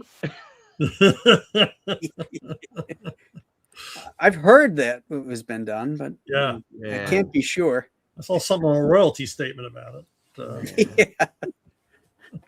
Did you get yours recently? Yes. Yeah. Now was that I still don't know, was that publication or was that a Bane check? That was a Bane check. Oh, okay. Yeah. Thank you, Bane. Thank you, Yes. Lego. I'm sure we have Lego to thank. Lego's been so good to us. Yeah, there's some game money in there too. Oh, okay. They've been good. Yeah, anything that's directly licensed from DC that doesn't involve Warner's, that's where the sweet. Actually, you know what the biggest cut in it was from The Dark Knight Rises. Really? Yeah, that was Wow. shocking to me. So it must be, I don't know, because it's on HBO all the time, or Yeah, I haven't seen the statement yet. So yeah, I just saw the amount. yeah. and that's all you needed to know, right? That's all you care about, right? That's That's all all. I cared. That's all I Yeah, cared. and there was a signature on the check, that kind of stuff. Yeah. Man. Anthony, is that our Anthony? Anthony, yeah, it is. It is. Anthony Gonzalez Clark. Hey, Hey. Devil's Advocate is amazing. Thank you, sir. Yeah, Thank you. So we worked so hard on that. We actually met together and wrote that together yeah. In Oh. Central Park. in Central Park. Yeah, on cue cards. Yep. Yeah, we Yeah. wrote little 5x7 plot points in because it was a mystery, and it took a while to arrange it in such a fashion so the story would work. So we got our cards and we're arranging the let me get rid of this for a second here. We're arranging the cards. Okay, now this happens, and we started numbering them, because this had to happen, this had to happen. It's like when you're working on a mystery, you got to know what the murder is, who got killed, how he did it, and all that kind of stuff. And then you write backwards to figure out, all the misdirection and everything, but you have to know who did it, Yeah, and we wanted the reader to play along, see if Right. they could guess. So yeah. And tell them what Archie said. Archie said that he was surprised when he read it. He just thought, I know where this is going, and then it didn't end the way he thought it would. He said, he said, you actually surprised me with this. I didn't see that coming. So, Which is a huge thing, because Archie, is such a terrific writer. yeah, If we can fool him, like he doesn't see it coming, then I think we did our job right. Yeah. Speaking, and that one got buried. It was a beautiful hardcover. They put it out, and they never really promoted it at all. And then it came out as a trade paperback and did okay there. yeah, they promoted it like, those guys draw a detective every month. Well, here's something else by them. It's Right. like Oh, I remember when Scott Beatty and I did Robin Year One, and I was talking to the marketing department, and they're like, well, we want some advice on how to promote this. I said, well, say it belongs on the shelf next to Batman Year One. Well, you thought I'd slap their mother in the face. It's like, what? It's like, you think this belongs on the shelf next to Batman Year One? And I'm like, from a marketing standpoint, where else would you put it? yeah. What? I said, I'm not tooting my own horn here or anything else, but we could keep doing these and have a whole bookshelf. But they held Batman Year One in such reverence that they wouldn't push it. And if you don't think it's that good, why the hell are you doing it? Yeah, and then so here we come with a Joker story, and it's like for them, the Killing Joke is like, that's it. That's the last Joker story that'll ever matter. So they weren't going to say anything nice about us. The Devil's Advocate was our Howard Hawks, John Wayne answer to the Killing Joke. Yeah. Which, both of us were so angered by that thing. We said, we got to write a Joker story and turn that around, Yeah. And that's what we did. We wrote this great, terrific mystery Joker story with this great courtroom scene. And then a big twist at the end of who the killer was. And the big twist was that Joker wasn't the murderer and Batman knew it. But Joker is getting sentenced to death for it. And that wouldn't sit with Batman's morals because that means a killer is getting off.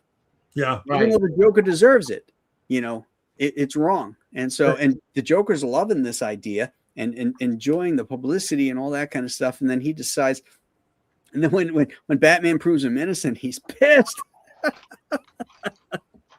And then we get the scene at the end where we reference the Killing Joke and Batman is walking out and he says, "What's wrong, Joker? Don't you have any jokes for me?" Nice.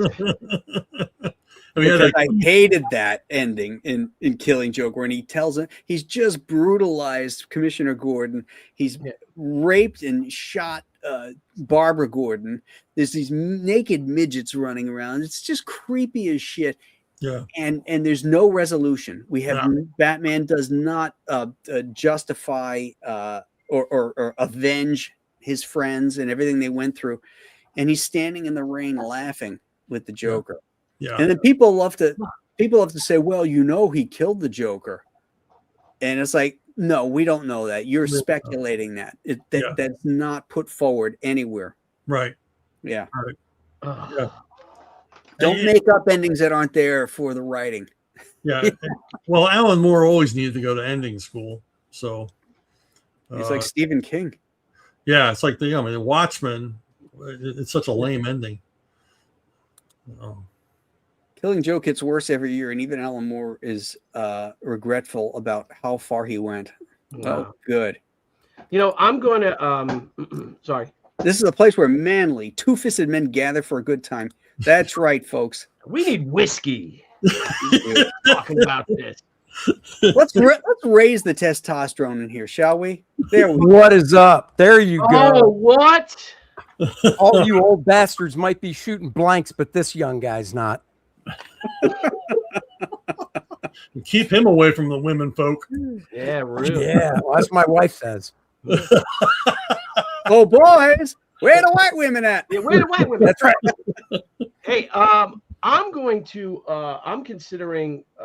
I'd like to approach DC about doing with my Sergeant Rock, the Lost Battalion, and all the Sergeant Rock stuff and all, to see if I can do some kind of omnibus on it to license it from them, and maybe make an original art edition of it or something like that. I'll let you know how that goes. I'm actually going to reach out to Jim Lee. We did the deal with the Ripker's Key book. Billy, what if you just don't ask and just do it, but call it Sergeant Bob? Sergeant Stone. Sergeant Stone. Sergeant Boulder. Well, I could make him a villain from the 1910s, Sergeant Boulder Dash. There you go. Put a mustache on. But that might be something to consider with that book is that you want to do, can we license it, and do an art edition? They're doing all these artist edition, Scott Dunbear does it and stuff like that of some of these classic storylines. Might not be a bad idea. Then you can crowdfund it. Well, look what they're doing with that John Byrne X-Men thing. They're actually going to publish that. Yeah. So, Yeah. Marvel is? Yeah. Well, no. They're doing other Marvel Arts, that Marvel Arts imprint they have. Yeah, that's the same imprint that did the Alex Ross FF, right? If you say so. The thing I thought saw it was that Avengers project that was really cool. The Michael Cho one with Yeah. I think that's the same. I think that's the same. Yeah, it's one. the same imprint. Yeah, that was a good book, except for the unfortunate gay reference at the end. But I know. I was like, I got through it. I'm like, God, this art's great, fits perfect. And then that came along, and I'm like, that was unnecessary. Who's gay? Huh? Who is gay? It features Chip Kidd and Michael Cho in the story. Right. Okay. And Chip they have Kidd the is- reference at the end, Chip Kidd saying, like, I miss my husband. Did Yeah. he die? Yeah. Huh? Oh, No. geez. They were traveling between dimensions. It's a crazy story. It's a really good story. It's a Yeah. really good story. And the artwork is awesome. Yeah. Yeah. But then Michael Cho is fantastic. He's a fantastic artist. yeah, the stuff was great. I mean, I really enjoyed it. It's just I wish that wasn't in there. I'll But tell that's you, what. someone So who's yeah. not- So they announced in San Diego last year that they're doing the 3 oversized hardcovers of the Byrne X-Men stuff Yeah. that he did. Oh, So how if he cool is that? I mean, the did guy not, did it on if the he didn't. side for himself. And Well, now he's no, gonna some get guy money. paid him. Some guy paid him to have his own X-Men story. Wait, is that what it somebody was? Paid him to do it. Oh, yeah. That's Oh, all. I didn't know that. Byrne Did didn't do Byrne it. actually say that? Because I thought No. Byrne was making it out like, yeah, I figured I'd just do this for fun. What I saw. No. Oh. It was a guy wanted his own continuation of the X-Men, and apparently had more money than sense, and just was paying him, a page rate. Wow. Yeah, that- because the guy didn't get the original art because Byrne was selling pencil pages of it. Yeah. No, he just know. got the story. He didn't get the How art. how many pages is it? It's a lot. It's 33 or 34 issues, Yeah. Wow. and they're 20. Let's just say they're 20-page issues, so Right. 600 some pages. Yeah, he Yeah. did 3 years worth. Yeah. Well, That now we is know what he's been incredible. doing. That is incredible. Now, Billy, if Jim Lee says no to you, and he won't let you do that, I've got a property for you. Here you go. Yeah, baby. Is that in the You could public license- domain? You could license Bill Battle. Die, Dude, I'm you gonna put commie my rats, face on die! I need someone who knows Photoshop to throw my face on that thing. Die, you commie rats, die! Billy Battle. There you go. I With know. the M1 Garand. Yeah. Love it. I've had this comic for 30 years, it's just because of the cover. Wait, you Big own it? on that? Yeah, I own this. How's the art inside? It's okay. Okay. It's okay. It's not Joe Kubert. Who's the publisher on that? I'd have to dig it out and see. Because I don't see a logo anywhere. Yeah, No. I don't either. Well, the It's- cool thing is that's actually correct. The way the guy's wearing his pack, it's a haversack pack, Yeah. and most people would clip it. If you see it in movies, they clip it to the belt. Yeah. Both straps. Only the front strap goes to the belt. The rear strap goes to. There's 2 hooks on the haversack pack, and you could see it goes behind you, so it doesn't ride up or fall down. And that's done right. That's an illustration. That's a painting, right? That's not a photo. No, that's a photograph. That's a Oh, well, photo. the costume That's a designer. photograph? Yeah. Well, the costume designer did it right too. Oh, wow. Whatever that's from. So That's wild. I'm like, that's me. That's fantastic. I wonder. Oh, it's Fawcett. That's It's who a did it. Fawcett publication. Yeah. They did photo covers for their Westerns too. So Yeah. Oh.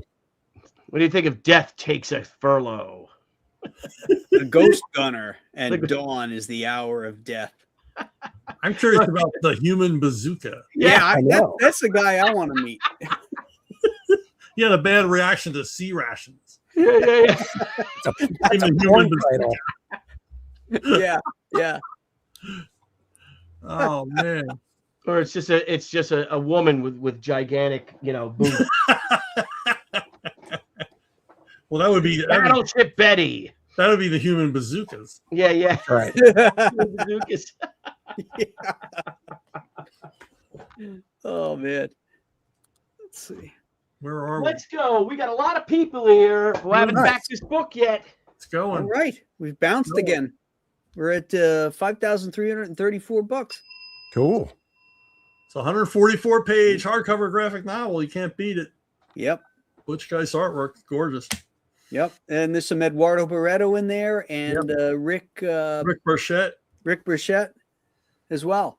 Yep. So Oh, that's cool. What did they do? Did they help out inking some, or did they actually have stuff that different Eduardo, I think, is 100% Eduardo, and then Butch was finishing over Burchett layouts on a couple of the issues. Oh, okay. Yeah. Cool. Because DC, as I was saying before, I don't know if I said this before you showed up, Andy, but DC kept trying to woo him away on other projects. Taking up. Oh no. Yeah. So, you mean while he was working on it? Oh yeah. They're total pimps. Oh. Wow. Yeah. It's like, leave the guy alone. He's doing something he wants to do. I know. Yeah. And the stuff is awesome. Yeah, but you know how it is. They do that. It's like, we don't want you to do what you want to do. We want you to do what we want you to do. Yeah. But we were thinking, we were telling DC, hey, if you're smart, which you never are, you would show this to like gaming companies. Right. This could have been a Call of Duty. Yeah. Yeah. So Yeah, because you could have even because you could have expanded it even then if it's to the European theater. Like, what if something happens and we end up going to war with the Soviets? Right. And just all the with all the weapons, all the jets, and how things change from 5 to 46. Holy crap! Like something goes wrong in the Berlin airlift. Yeah. And then the Russians, get ticked off and they start, they go at it, to claim the other half of Berlin. Yeah. And the USA's got, the European powers are a shell of themselves by then. So they've got it because, think about it. Like, if we're invading, because the Russians probably weren't going to. Now, you correct me if I'm wrong, Chuck, or Graham, unless you know that the Soviets aren't a big part of Olympic, right? Is that what you said it is, Operation Olympic? Yeah, because they didn't declare war on Japan until like 3 days after Nagasaki. Okay. And they only did that this is a story. They only did that to try to grab the Korean Peninsula for themselves. Mm. And Truman contacted Stalin and said, "Look, you can't take all of Korea." And he's like, "But I want it." And he goes, "You stop at the 38th parallel. If you don't stop at the 38th parallel, we have more of these nuclear bombs, and I will drop one on Moscow." But he was lying because we didn't have it. I was going to say that was a bluff. We only had 2 of them. Right. Stalin backed off because he didn't want a piece of that. That's great. But think about if this went he backed forward, off though. for 5 years or 4 years, and then we ended up in Korea anyway. Yeah. Yeah, right. I just find that so fascinating, that alternative history, Yeah. And that's a perfect. It's something that almost happened. Yeah. When you're it's like a heartbeat away from that actually becoming a reality. Yeah. So Well, that's just true in life. It's the forks in the road that come up, and one leads to one thing, one leads to another, and who knows, the butterfly effect if it went the other way, Yeah. But it's fun to speculate, Oh yeah. You Have you tried? Have you tried? I'm sure you probably have, but The Storming Paradise. I mean, that would make a great movie if you talked about. Yeah, I mean, a tough sell because it's it's a big budget World War II movie, and to do one about an event that didn't happen. Probably a tough sell. Right. But who knows with AI? Some kid can probably do it on his laptop in 6 months. Yeah. But as a computer game, game, it made a lot of sense because they're always looking for new venues for these things, and this would have made a lot of sense in Invasion of Japan. And most of the kids don't know history anyway, so right. It's true. It's true. They probably think it's unfortunate. They probably think Japan won the war. So, well, if you ever see those interviews like they do at Spring Break, and they ask people, these girls are standing there in bikinis, who did America fight in the Revolution? Yeah. Russia? Yeah. Right. This was years ago when I was still up in Pennsylvania, and there was this history bookshop in the town near me. And I was in the history bookshop on like a Friday afternoon. There's just 4 other geeks like me in there going through the books. This woman comes in with her kid. Now, this woman was like in her 40s. She comes in with her kid. Her kid wants to write a book report on World War II, or a school report on World War II. Are there any books that this guy could recommend? So he's pulling the books and everything else. The kid turns to his mom and says, "Who won World War II, Mom?" And she says, "What do I look like? A history book?" All right. No way. How can you not know that? Yeah, at your age, you have relatives who were in the war. In World War II. Again, yet another reason to appeal the 14th Amendment. My good. It's like we're not speaking German, lady. I was going to say, what language are you not- speaking? Just freaking walking around. How do you not know the answer to Oh that? my God. Golly. Is the 14th that allowed women to vote? Is that the 14th or the 19th Amendment? I Which thought it was the one? 19th. 19th 19th. was prohibition. So probably the 14th. Oh, Yeah. okay. So it is the 14th. We need to rethink women's No, suffrage. 18th was prohibition.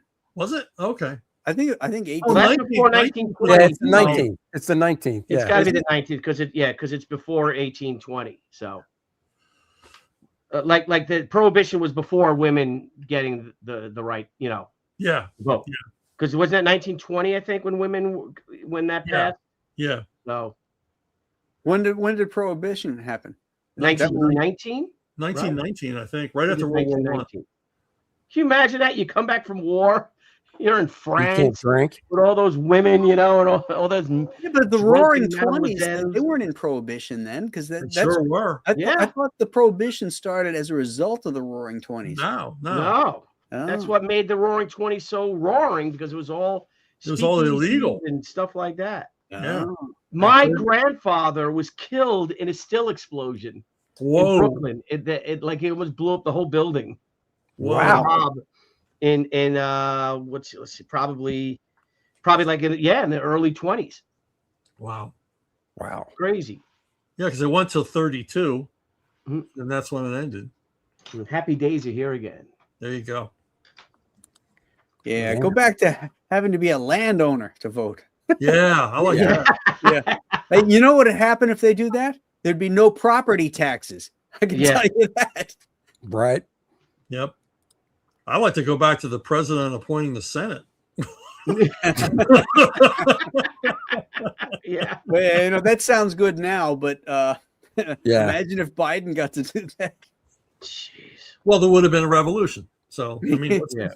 push it to There the edge. was. It's true. Yeah. Chuck, what Sergeant I saw in the chat? What Sergeant Rock annual did you write, and who did the art? I never knew that. It was Graham did a episode. He did the Johnny Cloud. It was the Battle of the Bulge anniversary, and Eduardo Barreto did a framing device, and then Graham did the Johnny Cloud. Howard Chaykin did the Mademoiselle Marie, and I think there was one other story in there. Now I can't remember who did it. Yeah, there was at least one more story in there. Yeah, What was that, like mid 80s or something? No, No, it 90s. was 90. Well, it had to be 94 because it's 50th anniversary of Right. Battle of the Bulge. Oh, I didn't know Sergeant Rock was still coming. Sergeant Rock was still coming out in 90. It was a special. Yeah. Oh, it's a special. Battle of the Okay. Bulge. They said And- annual. And they were Sergeant Rock they were doing reprints. Yeah, Oh, Like okay. those facsimile reprints. yeah. And Paul Kupperberg, he said, I think you're the guy to write this. I said, well, what do I do? He says, as long as it's about the Battle of the Bulge, I don't care. I said, well, can I break it up, a framing device, get some other guys in? And he's like, yeah. Russ Heath.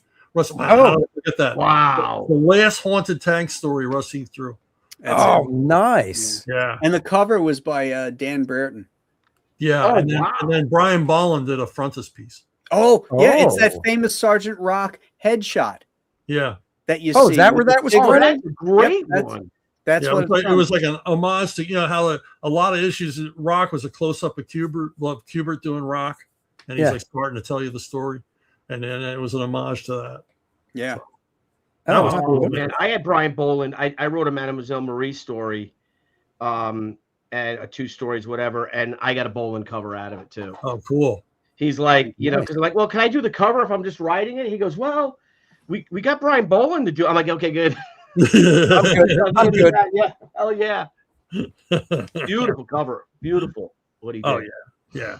That guy never phoned it in. No, Mm-mm. no. That's cool.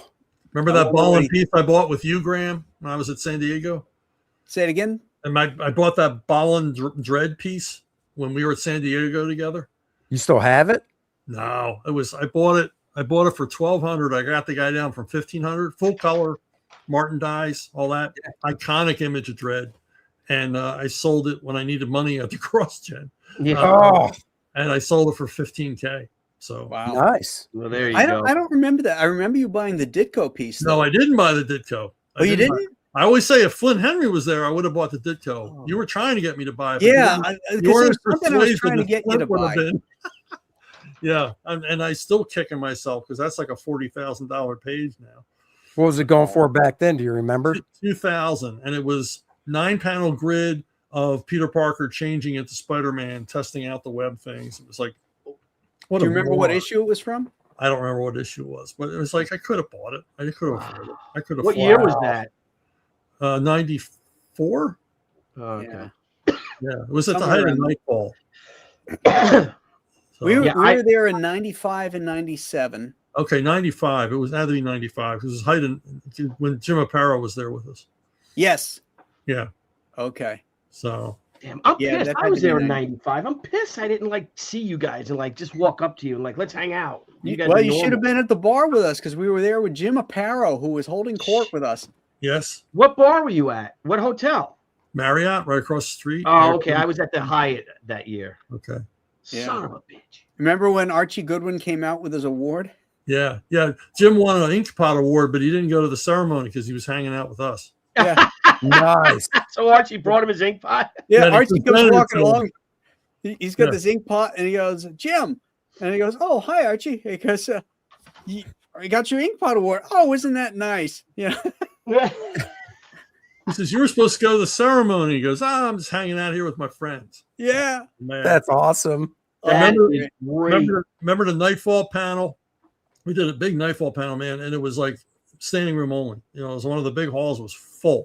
And toward the end of it, some guy says, I don't have a question. I just want to thank Mr. Apparo for all the fantastic work he's done over the years. Standing O, had to be at least 2 minutes, and Apparo, tears streaming out of his eyes. Oh, And we're all up there fighting them too, you know. Oh, wow. He had never been there. He had Never never been to Oh, wow. San Diego Con. Yeah. DC brought him out. Well, wait a minute. If he got the ink pot, they brought him out. The show Yeah. brought him out. Yeah. And But he didn't know he was getting it. So yeah, he was that guy that holed up in his house in Connecticut, did a page a day, pencils, letters, and inks, and then turned the stuff in, and worked on the next book. He's just a machine turning this stuff out, but he loved it. And by that point, I don't think he realized just how loved his work was. right. So that was really nice that he got that recognition. We got to hang out with him, and I used to talk to him like every week. Like on Thursdays, I talked to him because he loves Seinfeld. Oh, Yeah. nice. And so I would call him the next day, and we would talk about the episode. Yeah, I remember that. I remember him talking about Seinfeld at San Diego. Because he That's remember all awesome. the episodes. I bought him a shirt of the Kramer. oh, There's a T-shirt of the Kramer, and he called me up. He goes, "I got the shirt you sent me. Oh my god, it's hysterical." Oh, that's awesome. Yeah. Oh, that's so cool. Yeah, in the Brave and the Bold book, he said he would letter the pages first Wow. and then draw around it Wow. because he could just, he saw it. So Well, I mean, he'd lay it out first, and then lay out the balloons, ink the balloons, and then so it wasn't like working for EC, where those balloons were locked down in there, and then you had to Right. make a drawing around the balloons. Yeah. yeah. He placed everything. Toth did that too. His balloon placements. He loved to put a balloon right over somebody's face. Both? Yeah. Well, Heath used to do the word balloons in pencil, so he knew where they were. He'd fill them in. He'd letter it in pencil, so he knew the exact amount of space they were going to take up. Kirby did that too. Well, yeah, All his DC stuff was like that. I just got done reading the full run of the Demon, and they had a lot of pencil pages in there. Yeah. It's all there. Cool. All the lettering's there. Oh, that's cool. Of all his DC stuff after he left Marvel, what is each one of you guys? What's your favorite of those Kirby creations that he did for DC when he left in 1971? So it's funny. They were because- hit and miss, Well, so I'm going by just the look and the art and the job. I gotta admit, I really like the first issue special with Atlas. but I'll for a run, I'll go with OMAC. Okay. Yeah, I'll go with OMAC. So, Chuck? I like the New God stuff. You know, he told us that the smartphone was coming. Nobody else did that. So, the mother box. We all have mother boxes now, Right. And the thing about the New Gods is the greatest scene involved the mother box, where he defeats Slig, and that's issue Deep 6, and Orion defeats him, and we see Orion's true personality. Oh, his true face. Yeah. Yeah, he crushes the mother box, and Slig, this Kirby monster, is bereft, in mourning. He's inconsolable because his mother box has been destroyed, and Orion stands over him laughing at him, and he's laughing at him, and he says, "Your mother box is dead, Slig. She loved you." I'm like, this shit's great. Wow. This is good stuff. She loved you. Oh, that's you know great. what? I might revise it. I just remember, my memory. It's either OMAC or Mr. Miracle, because I really love the way I love the design of Mr. Miracle and Big Party. Yeah, and I've got that trade back there with the OMAC one. Yeah. It was just a shame that he didn't. Well, with OMAC, even though did he draw every issue of OMAC? Yeah. No, because once Yeah. Joe did some covers, Jack didn't draw the insides. Did he? No, Yeah, he did. I think Kirby Yeah, did. he drew all. he did. I think he did all of them, and Cooper did the last 2 covers. Okay. Because with Mr. Miracle, we know he didn't draw them all, but Yeah. because Rogers came in and Golden and stuff. How about you, Billy? I don't know. I didn't read any of them, so Wow. I'm sorry. I would have to say I love Commandy. I love the artwork in it. Yeah, it's a kind of a pastiche of Planet of the Apes, but there's also other stuff, very Kirby in there, and there's some panels there, like the one with the rats that are they're coming down on these ropes from this gigantic like helium-filled balloon. The sense of perspective, and there's one at a dog track racetrack too, where he would do these double-page spreads that were just mind-blowing. Yeah. And the stories were cool. And the demon's the other one. I didn't like the look of the demon, too much of a Hal Foster ripoff, but the stories were cool. The characters were cool. Yeah. I like that. Yeah. I just reread them, and I remember loving them when I first read them, and I just reread the whole run. And there's an issue, and the entire issue is basically Jason Blood trapped in his own apartment with Witch Boy psychologically tormenting him. Oh. And it's like, wow, this is, if people talk about Kirby wasn't that good a writer, I'm sorry. Yeah. He was. And for a guy, Lower East Side, D's and them and those kind of guy, the language, Stan Lee used to like ape Shakespeare, and in The Demon, Kirby's doing it better. Because he's not aping Shakespeare, he's just using like that same syntax and those same words. Yeah. And coming up with like really creative descriptive phrasing and stuff like that for, that's not expected from him. But I like that a lot. Yeah, that was some good stuff. Yeah. Underrated, I think. Yeah. And he didn't get any love from DC, so towards the end there, the stuff was starting to look. Well, I read about why the Fourth World stuff didn't succeed. It actually did succeed, but what was going on was, and I remember this at the time, was like comic dealers were buying the returns from the newsstand people. The coverless returns? No, because they didn't want the covers anymore. You just it was an honor system at that point. And you just said, "Oh, I destroyed this 200 copies of Forever People." But you didn't. You sold them to a dealer.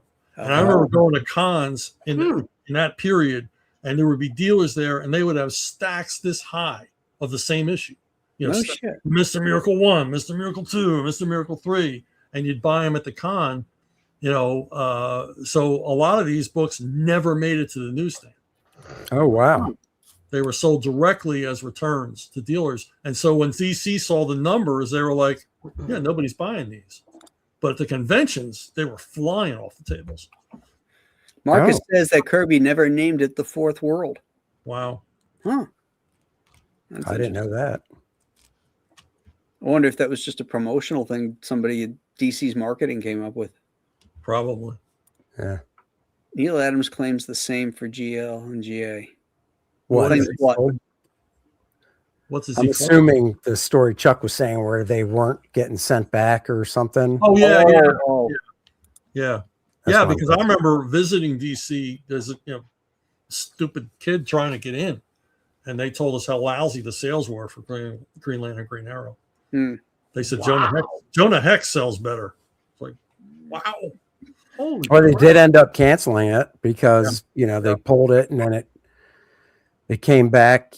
Was it right after Neil's last issue they did that, or did it go for a little bit more before they like didn't they like change it back to Green Lantern, and then Neil did some Green Arrow backup stories for a little while, and but I remember at the con stacks of them. It had stacks of them. Yeah. No, Green Lantern ended at like number 75, 76, something like that.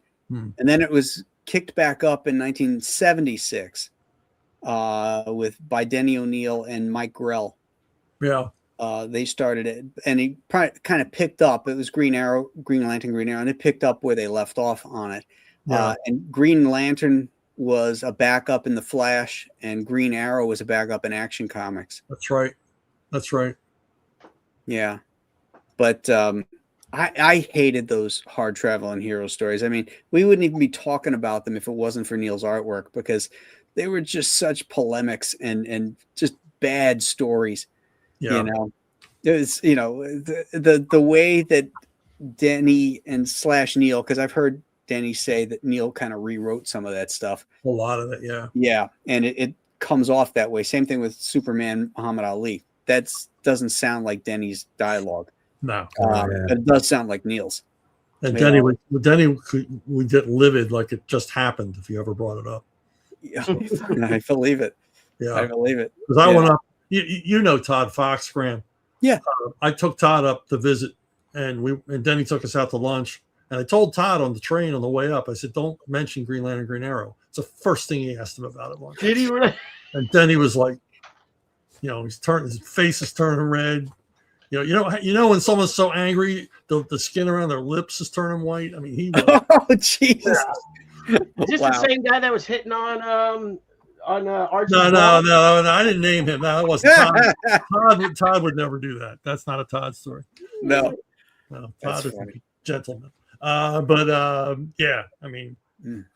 stuff. And I gave Denny a hard time about all those things when I worked with him. Like kidding around because when we had Green Lantern and Green Arrow together, when I was on Green Arrow, I did a story about Desolation, and it was a town in the original GA run by O'Neil and Adams, where they were getting polluted by a local chemical factory. It was like Love Canal, kind of thing. Mm-hmm. And so I did a follow-up where the new Green Lantern, new Green Arrow visit Desolation, and everybody's a millionaire from the lawsuits. They sue the chemical company.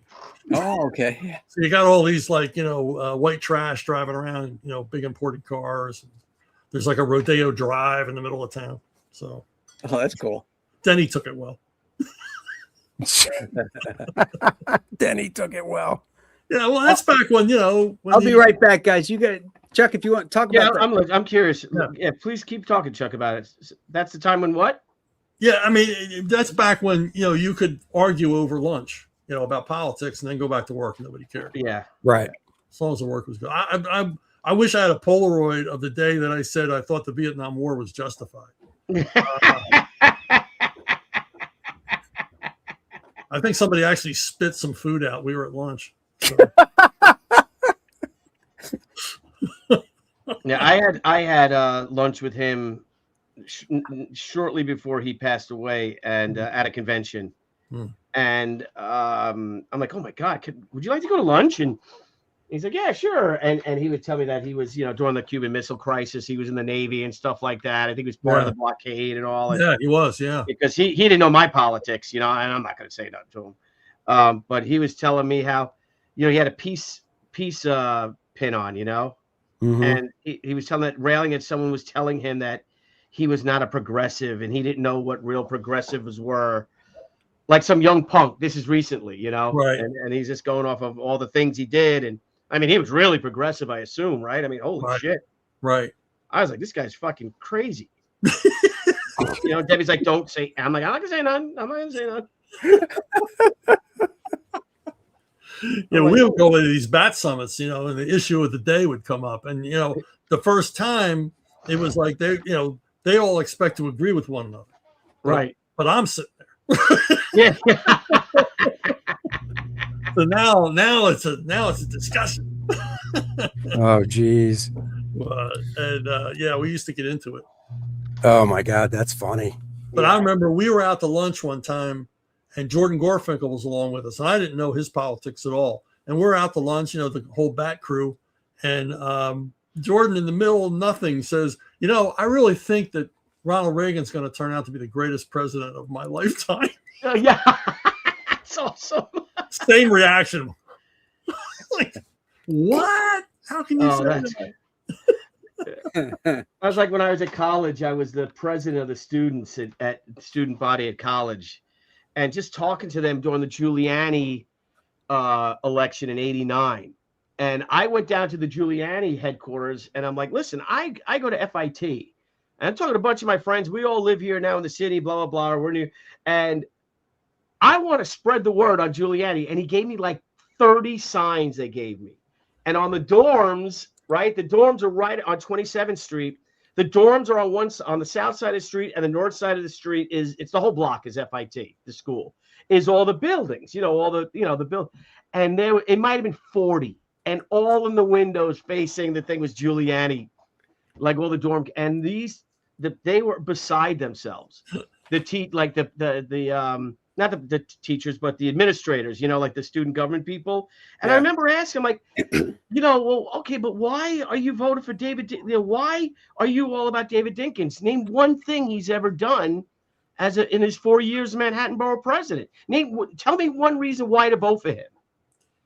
And I remember the one woman who was in charge. She just got so flustered, like, Billy, you just don't understand. He's just better man for the job. That's her argument. I'm like, okay. All right. And that fucker won, and then Giuliani destroyed him in '93 because of what a shithole he turned that city into. Dinkins was like mail-in mayor. I remember pre-Giuliani, Denny, speaking of Denny again, he had been mugged like 3 times. And the third time, he calls the police, and they come, and he's like, yeah, I know there's nothing you can do about it. And they go, I've been mugged before. And the cop says, you ever think about buying a gun? And he goes, it's not legal in New York. And the cop says, you think at this point we care? Oh, really?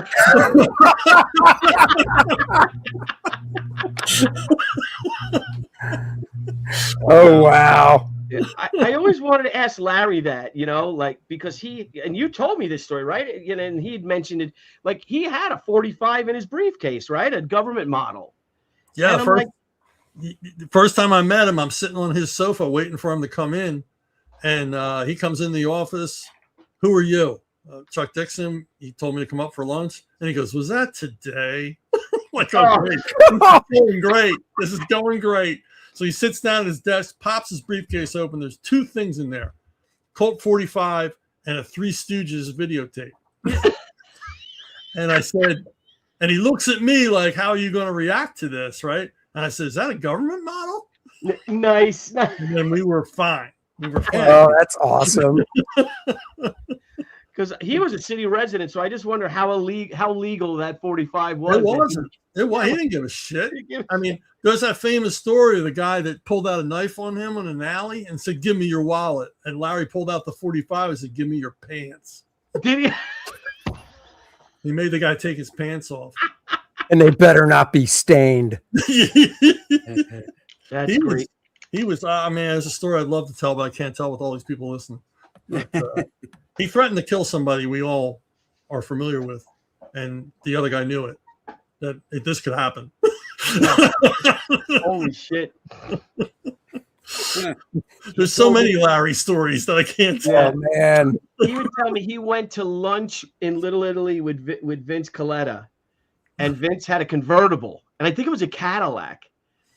And Vince had his briefcase, and they get out and they go into, and he just throws his briefcase in the back seat, right? Yeah. And Larry's like, "Are you afraid someone's gonna steal it?" He said Vince just gave him a look. No one can take this shit. You know where you are, Larry. Yeah. He's like, oh. Remember that time, Graham, that we were signing in Philly for Scoreboard, was it? They took us down to South Philly. I live in Philly. I've never been to this part of South Philly. Yeah. They took us to this little restaurant with like 4 tables. The Italian place? Yeah. And a bar with like 3 seats. And there's a guy on each one of those seats. And you realize those guys are always there. Yeah. Those are their seats. Yeah. And the guys bringing us in from Scoreboard knew everyone's name. And then I'm like, oh my God, we're working for the mob. We're signing comic books for the mafia. Yeah. It was QVC. Yeah. Because I ended up on the air a couple of times with them. Oh, that's cool. Yeah, we. I remember. I think the guy was telling us that some of those dudes in there were made men too. Yeah. Oh. Well, I remember when we were signing, because these guys did mostly sports memorabilia. So Yeah. Graham's asking questions about baseball players. And then eventually Graham said, "Don't tell me any more stories." Oh, really? Because it was all coke and whores. And I remember the guy sent me a Mickey. I have a Mickey Mantle signed baseball that the guy gave me. God. Yeah, he told us that Mickey Mantle story. I forget what the other, but at the end of that day, they said, what are you guys going to do tonight? Because we were staying at the Four Seasons, right? Right. What are you going to do tonight? Well, there's a bookstore down the street we were going to visit, and we were going to maybe go to the movies. And he goes, Jesus, you comic book guys are so clean cut. Oh, we're going to go kill a couple of guys. Yeah. You want to come? Oh, that is awesome. There it is, the Mick. That's so cool. What do you think that thing's worth? No idea. I don't know what his signature goes for. Yeah, I don't think it's worth it. I have one too. I got I think I traded comics to a comic shop for it too. Because when Mickey was older, he signed a lot. I mean, it's not worth nothing, but it's not worth thousands of dollars, I don't think. It's not a game ball, Oh, it's just the ball sign. Oh, okay. Yeah. Oh, okay. Oh, well, that doesn't even really. I mean, I know it's your show, but is that really even worth a full screen showing? Hey, look, here's a ball. It's not a game ball. He just picked it up at Toys R Us, grabbed a pen, and signed it. It's a tough freaking room. Holy shit. Well, now, Andy, now's the I've moment had enough of that guy.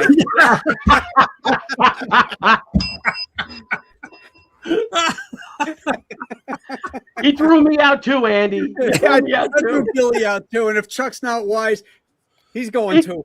Not me. Not me. After all I've done. After all these years together. I'm smart. Fredo. I'm smart, right? So long, Fredo. Come on, Chuck. I'm going to take you fishing.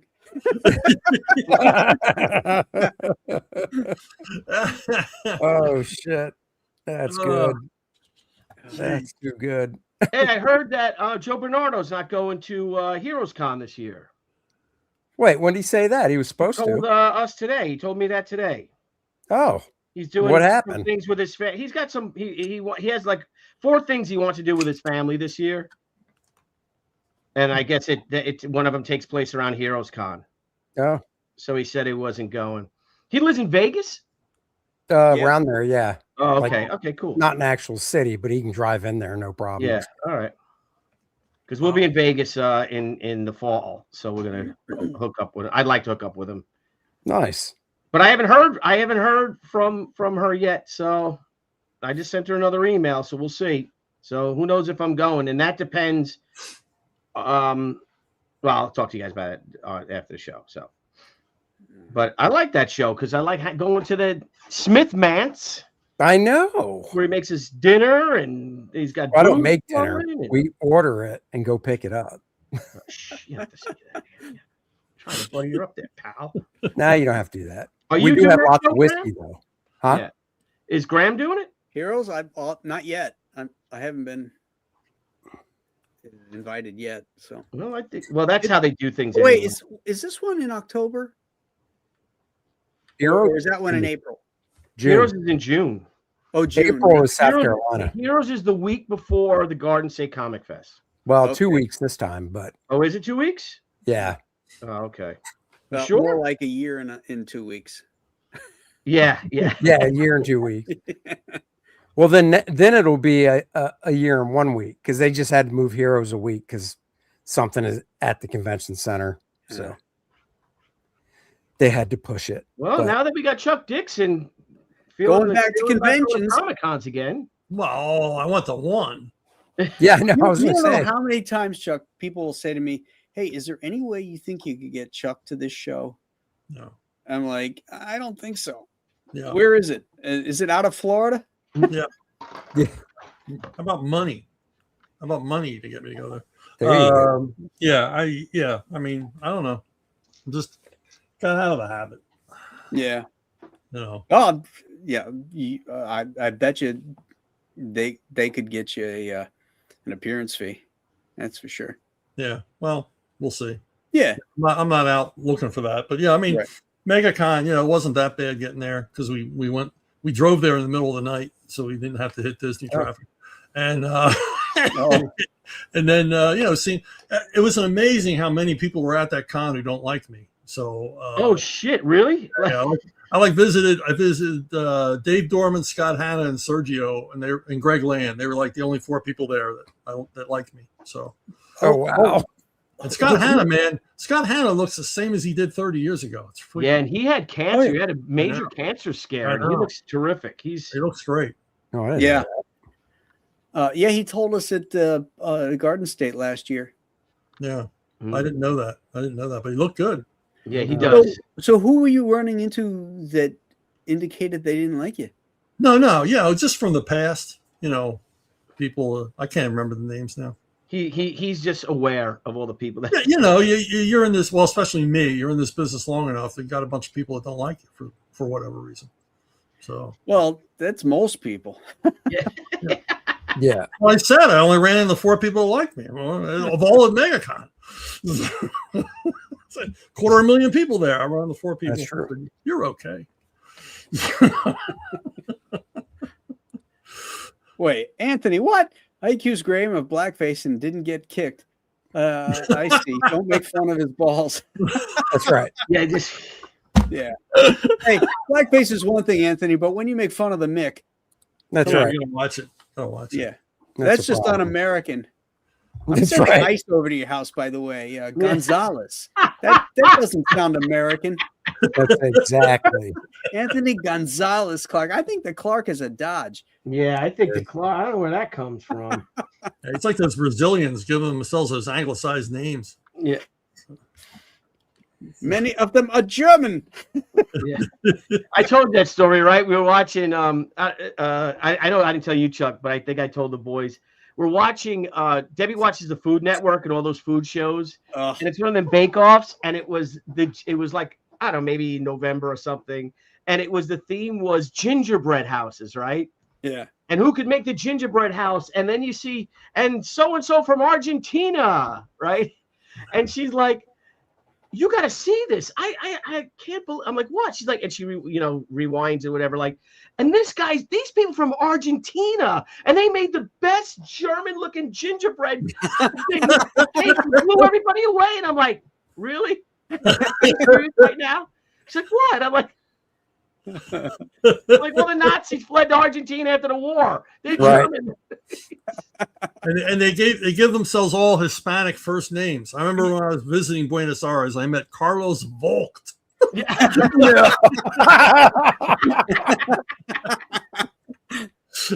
Oh my God, that's they have a hilarious. whole Tyrolean town down there. Yeah. Oh, That's it looks like you just walked into Munich. It's the stylings of the buildings and everything. Well, when you go downtown, they have on display a Mercedes-Benz tri-motor plane. Oh, cool! Oh, wow! It made a one-way trip to Argentina. Yeah, I think it did. Yeah. It didn't go back to Germany, huh? I wonder why. No, it didn't go back. Oh. And then we were driving around. We go around this big circle, this big plaza in the middle of the city. And they said, there's the presidential palace. And then across the circle, there's like our version of the Pentagon. And I said, so they only have to cross the street to change the government. There you go. And then I'll tell you the other weird thing about Argentina is all the kids shows in the afternoon, they come on like 4:00 and they got cartoons and puppets and everything else, but they're all hosted by one was hosted by triplets who were Julio Iglesias' backup singers. And then you had that Shusha, and then you had somebody else look like a Vegas showgirl. And I said to Enrique Villagrán, I said, what's with this? I said, it's a kids show, but there's all these scantily clad women hosting it. And he goes, there are many unemployed men in Argentina.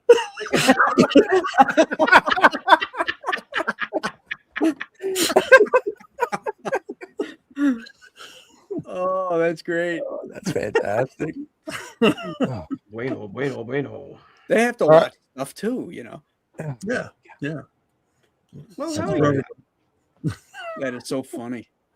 Oh my God. All right, Graham, I just dipped in for a bit. My wife just got home with okay, bud. Yeah. So Appreciate you stopping by, Andy. yeah, dude, you got it. Good seeing Appreciate you, Chuck. Billy. Take care, Hey. All right. I'll catch you guys later. Bye, buddy. Good luck, man. Bye-bye.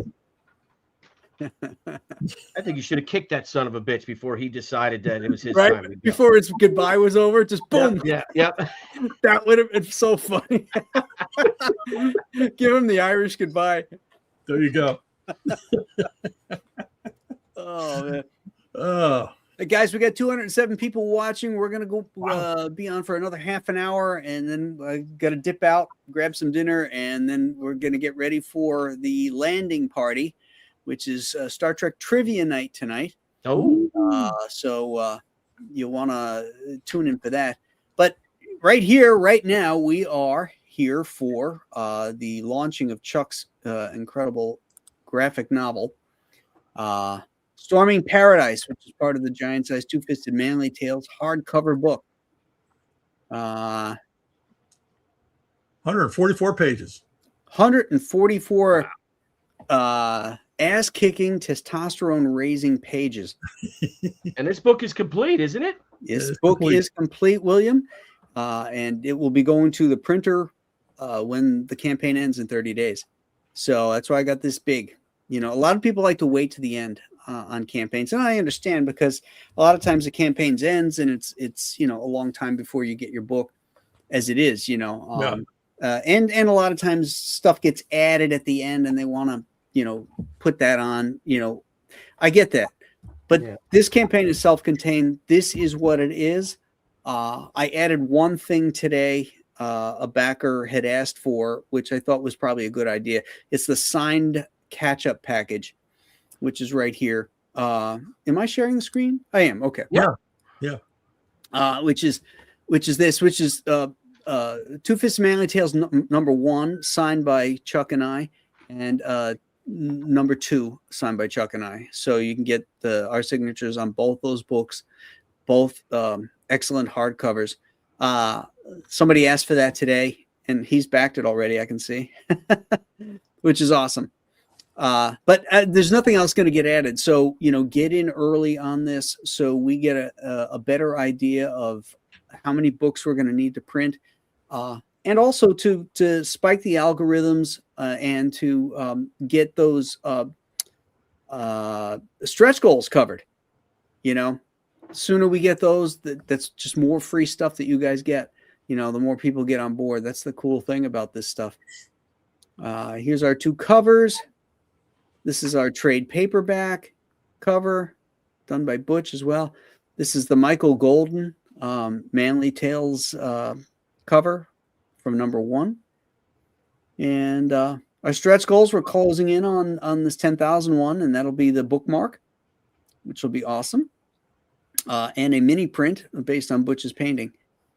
So, it's not a giant campaign, but there's some great stuff. We just want to get this book read by as many people as possible, because this is the kind of storytelling that I like, Chuck likes, and a lot of you guys have liked, but are missing, because we're talking about men being men and not being made fun of for being that.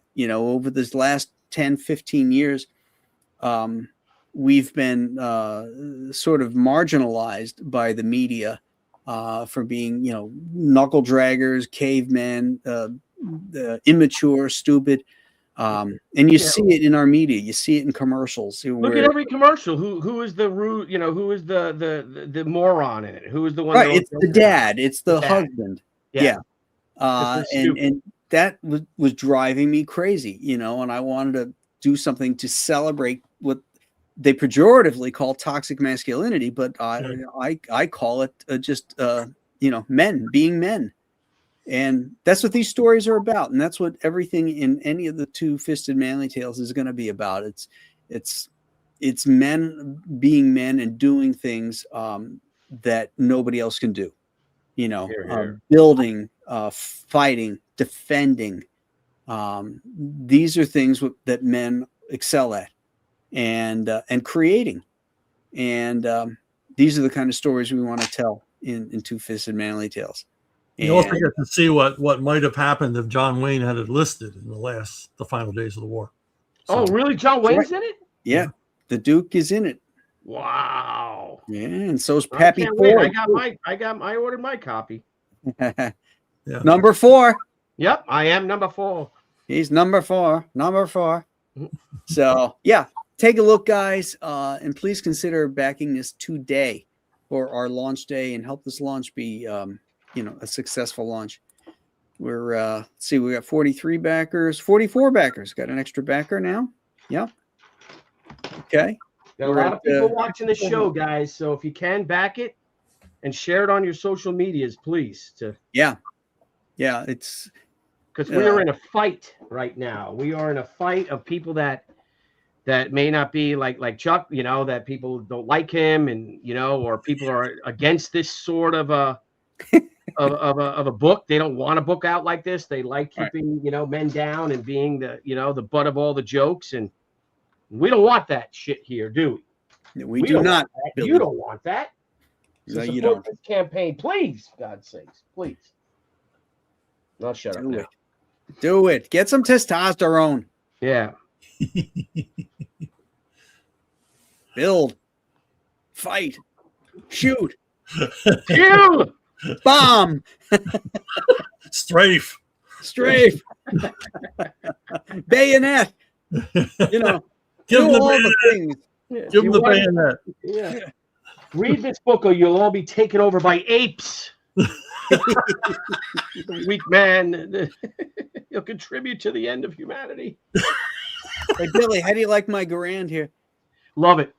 I heard that when you were talking very Cubertian of you, and 100%. Especially that helmet. That's a hard angle if you scroll like that. That's a tough angle to draw a helmet like that. But he got that rising sun flag, didn't he, buddy?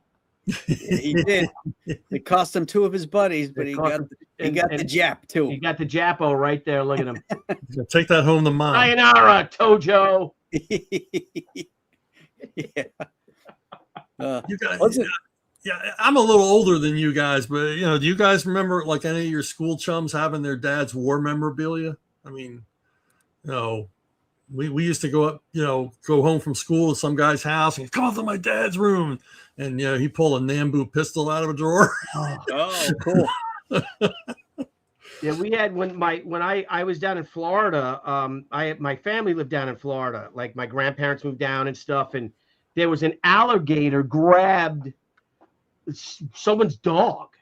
Wow. And dragged it behind the house into the canal. And the father came out with an Arisaka rifle, a Japanese rifle, and shot and killed the fucking alligator and saved the dog. Wow.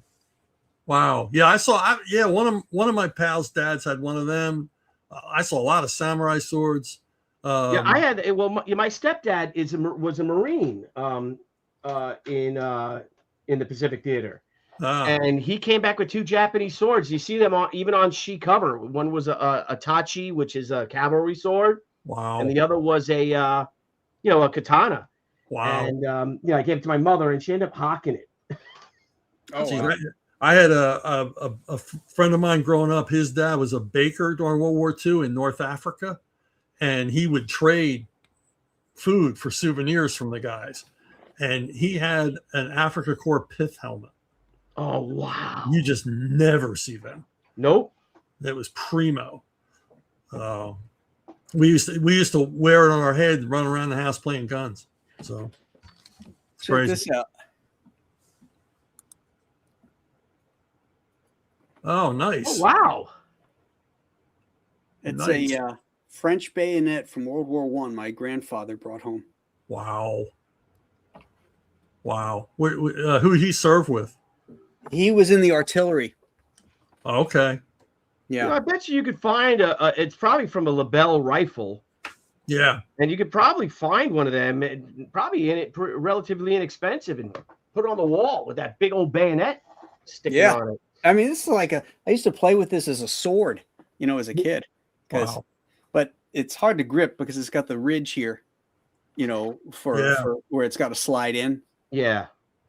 My great uncle, he was part of the Iron Brigade from Pennsylvania. And when they were done training, they said the train was going to come down and, they were going to leave from, I forget where, but the train was going to go past the town of Media, which is where his sisters lived, my grandmother and aunt. So he jumped off the train and he went and had dinner with them. And then he got on a commuter train and went down, and he made it to roll call just after they called his name. Oh, just after? This is World War I. And so they said, you're a deserter. He goes, I'm not a deserter. I came back. And he goes, but you did. You left, and we're in war. We could have you shot. And he goes, but we're not going to do that.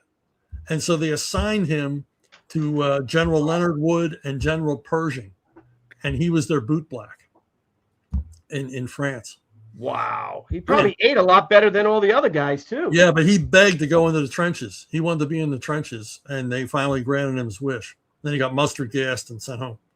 Oh, geez. Wow. Yeah. That fuck you up for the rest of your life. Yeah.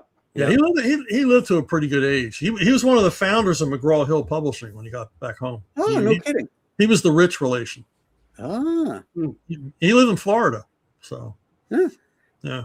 My grandfather, when he came back from France, he was only like 16 when he went in. His brothers were ahead of him, and he kind of snuck in with them.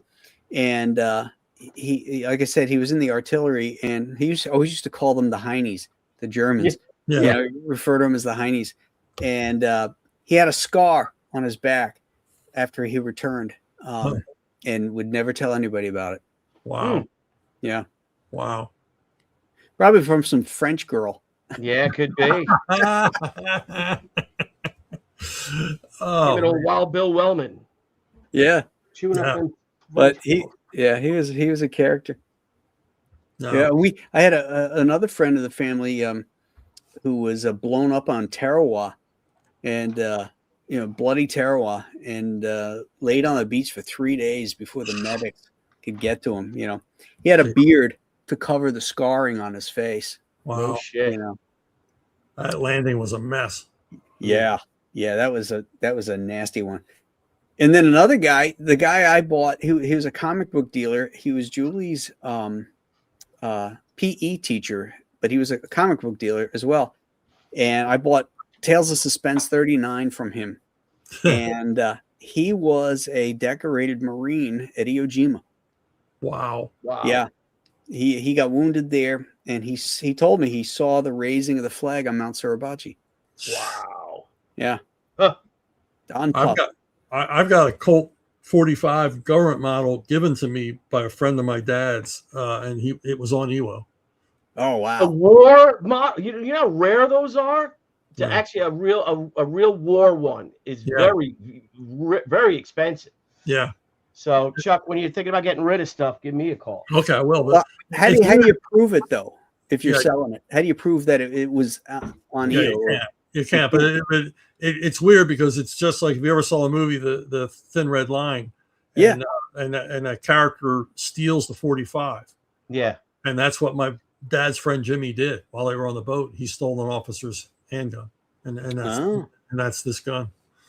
So, did only the officers have the 45s? Officers and I think guys that operated machine guns were allowed to have. That's interesting. They weren't standard issue to enlisted men.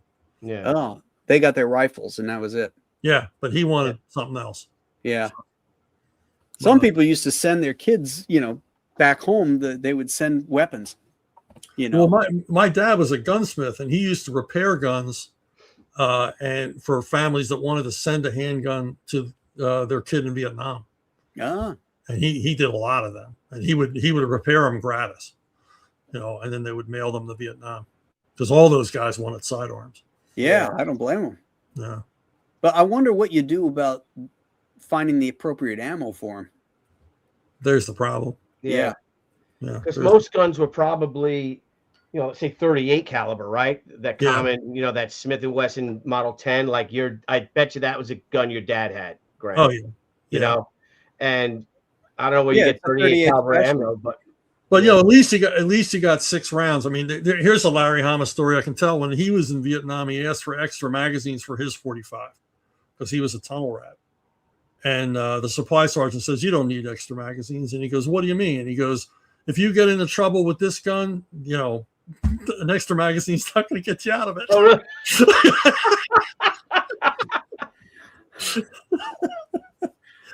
I'll tell you another good one he told was he was in boot camp, and him and a buddy of his were looking at all the guys that had won medals of honor in their unit, right, and then passed.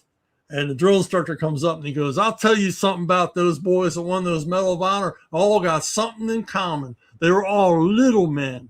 They were little men." And he goes, "Because you know what happened? A grenade comes into their foxhole and they pick up the little man and throw him on it." And he says, "Then they get to feeling bad about it."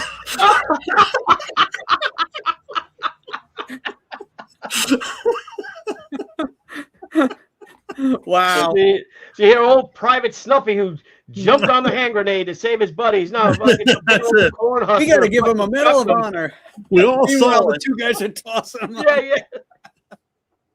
Yeah. Oh man.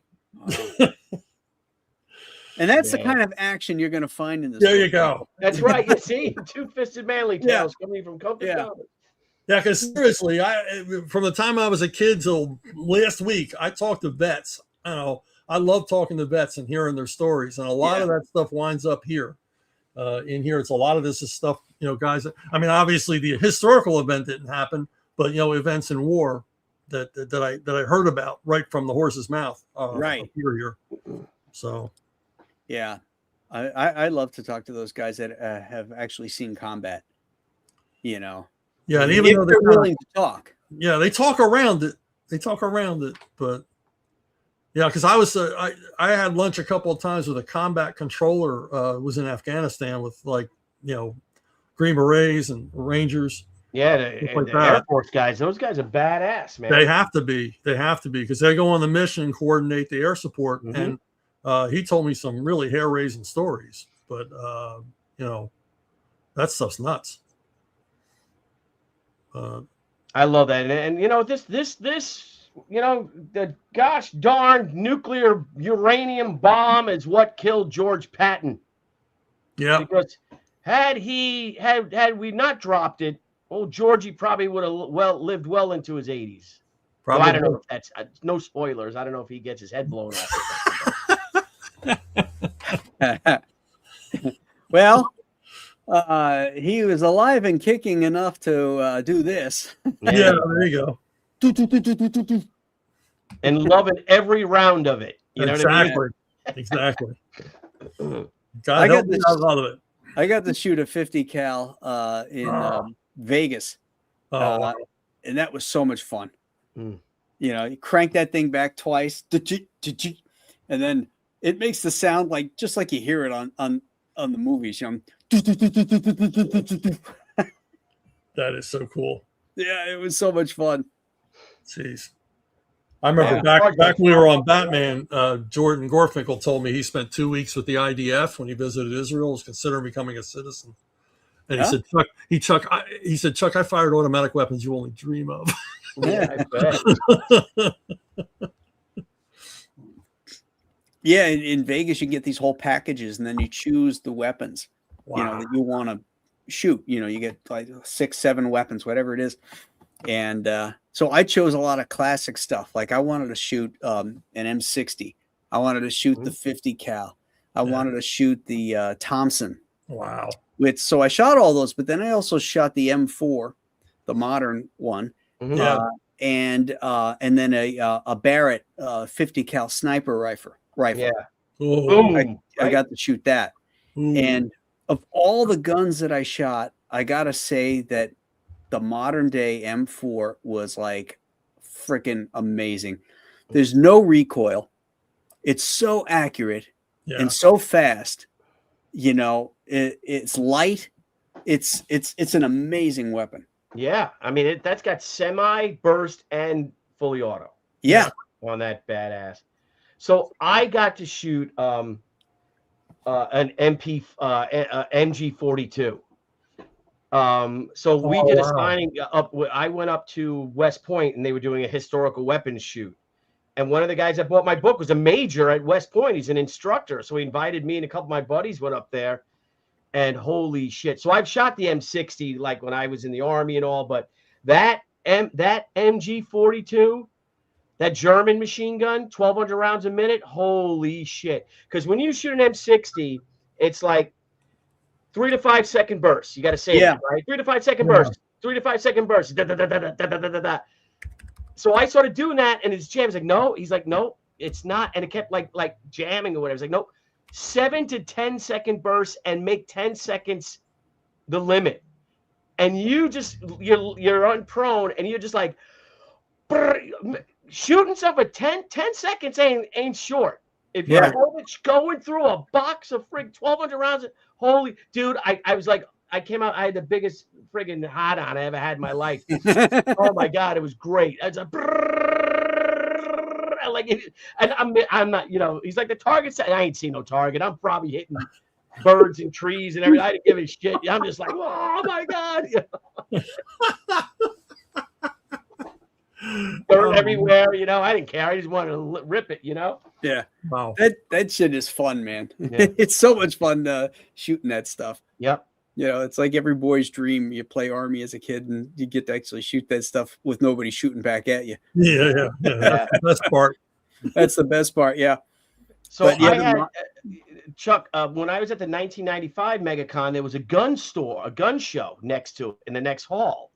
So I wanted so there was a re-welded M14 rifle. So they take the receiver and it's a government thing, and they re-weld it to take the automatic out, the switch. Right. And that was another gun I got to shoot at West Point, was an M14, but on fully auto. Wow. Dude, it was like, how the hell you hit anything with this?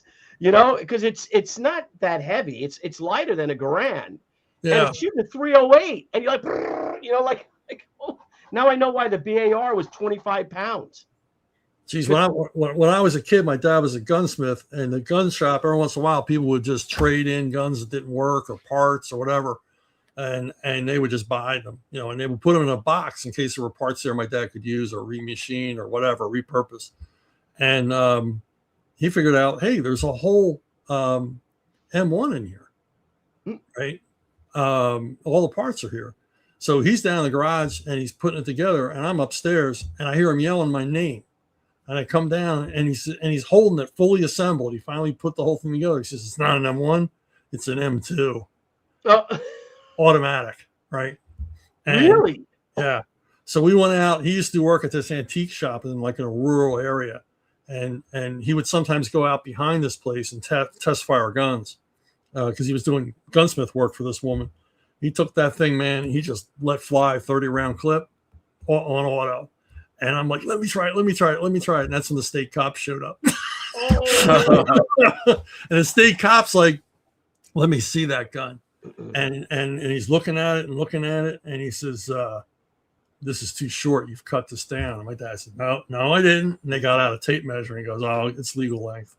Don't fire it around here anymore. Guy didn't notice it. Was not an M1. Right. Oh, So wow.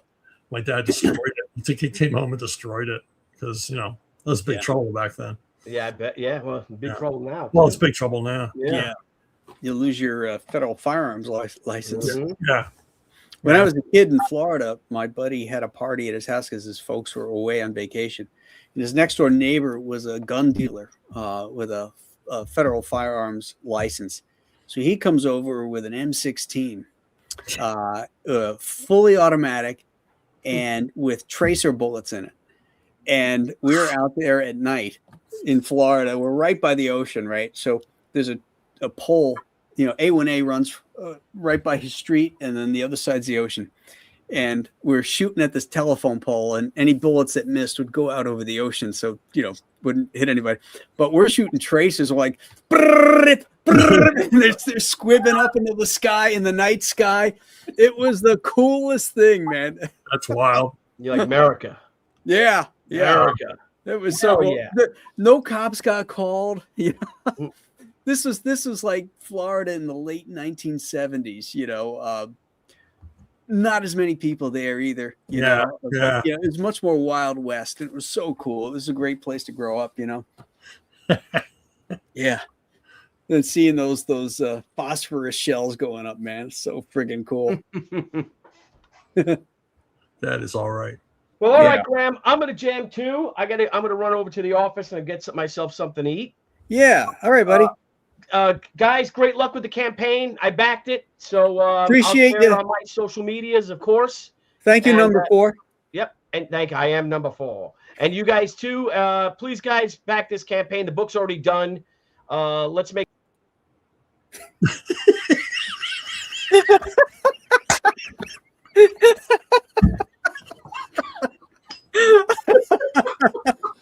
I missed my opportunity with Andy, Billy. So all right, see you later. Back this fucking book later. I'm next. Last man standing. Oh, that was great. Oh, Billy's all right. Billy's fun. He's one of a kind. One of a kind. He Bo calls him the Energizer Bunny. Yeah. Yep. My God, that guy can go on. Bo's so slow. He called me the other day. He wanted to talk about the AI. Oh. He's having fun with that shit. I can see that. Did he show you that Flint Henry AI drawing? No. Oh, I got to pull this up for you. You got to see this. Oh, I got to see this. I think he took a Flint Henry drawing and put it through AI. And then AI broke? Yeah. All right, you ready? Oh, wait. Hold on. Let me put this here. Switch it to this, and look at this. Holy crap. Oh, that's nuts. Yeah. You know what's weird? It still looks like Flint. I know. All this machinery stuff. Yeah. Wait, I think I can blow it up. Here we go. Even the pose, it still looks like Flint. Yeah. There's that kind of wonky figure work that Flint would do. What Larry Hama called mojo. Mojo? Yeah, he said you have either mojo or fist. Every comic artist needs a mixture of mojo and fist. And he said to Flint, "You're 100% mojo." I don't even know what that means. Well, fist meant skill, like craft. Oh, okay. He said, you got to work on your craft. He goes, but the mojo, you can't buy that. He goes, he loved Flint stuff. He loved Flint. Did he? Yeah, oh yeah. Well, we went in. Flint's nervous as hell because he idolized Larry the same way I did. And Larry looks at his pages that he'd done. We proposed this motorcycle gang thing, much like 7 Deadly Sinners. And Larry's like, you have some inconsistencies in your anatomy. What's Flint? Okay. So he lays down tracing paper and he's showing him corrections, right? And when we leave, Flint's like, he hated me. And I was like, no, he didn't hate you. He said, I've never seen him do that for anybody. I said, he likes your stuff a lot. I said, because even if he liked your stuff normally, he would tell you it was awful. Yeah. But he didn't abuse you. He didn't put you through the test of fire. He really liked this stuff. So. Yeah. When he reviewed my portfolio, yeah, he said, who do you like? I said, I like John Buscema, and I like John Romita. I like Kurt Swan. 2 of them suck.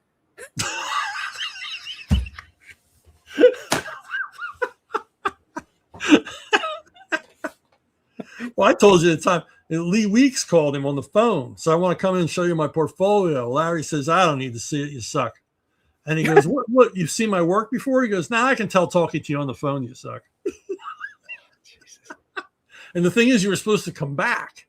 You're supposed to tell him he was full of shit. Yeah, he learned that kind of stuff, that Hard Knocks bullshit from Neil Adams.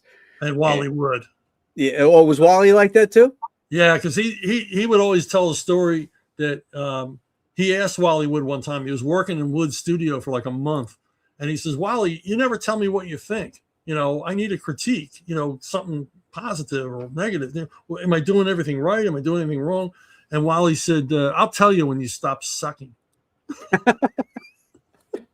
Yeah. I never liked that kind of approach. No.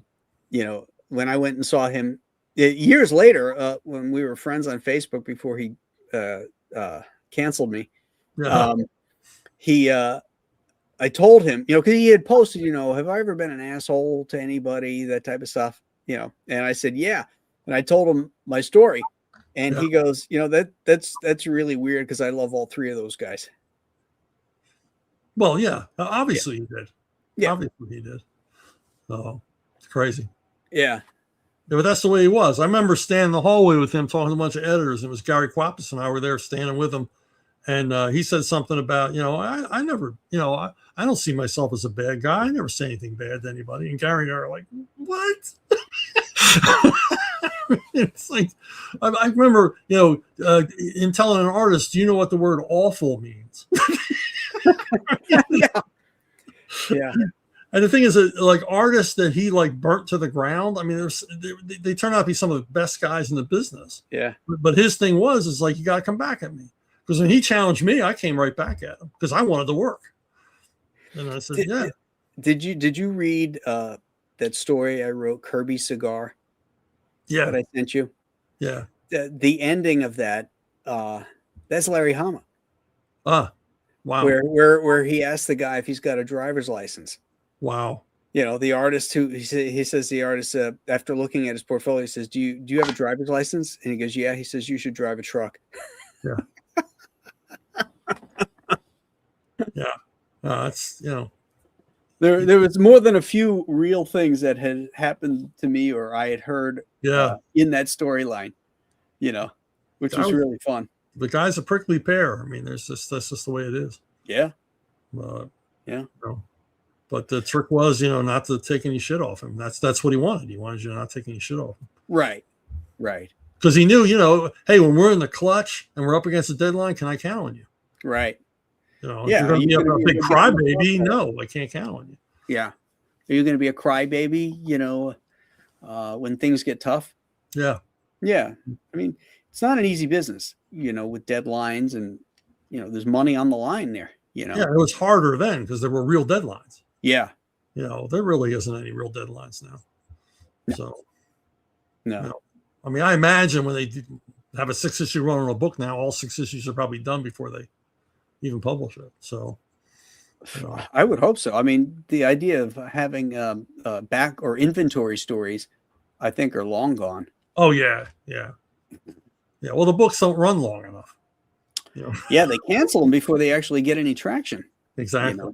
Yeah, cancel them before they'd ever need an inventory issue. Yeah. All right, guys, we're gonna wind this up. I gotta grab some dinner, and then we're gonna. I gotta get over to the landing party at 8 o'clock for our trivia night. But before we go, let's take one last look at the campaign here. If you haven't backed it yet, please consider it. This is a great book, 144-page graphic novel, hardcover. deluxe hardcover with the artwork, with the story by Chuck Dixon and the artwork by Butch Guice. This is real stuff. These are true manly tales, or this one's one tale about the greatest generation fighting in World War II. I highly recommend it. I wouldn't publish it if I didn't, think it was great. Yeah, Graham's like that. Yeah, truth be told, Chuck came to me with two things, and I turned down one because it just, not that it was bad, I just didn't think it was right for me. But this one was a natural, and I said, "Oh yeah, we have to do this." So take a look, back it. This is a 30-day campaign. That's it, because everything is done. It's going to the printer the next day, so get in on it early. If you have backed it, please spread the word. Tell your friends that you backed it, and get it out on the social media and spread those links out.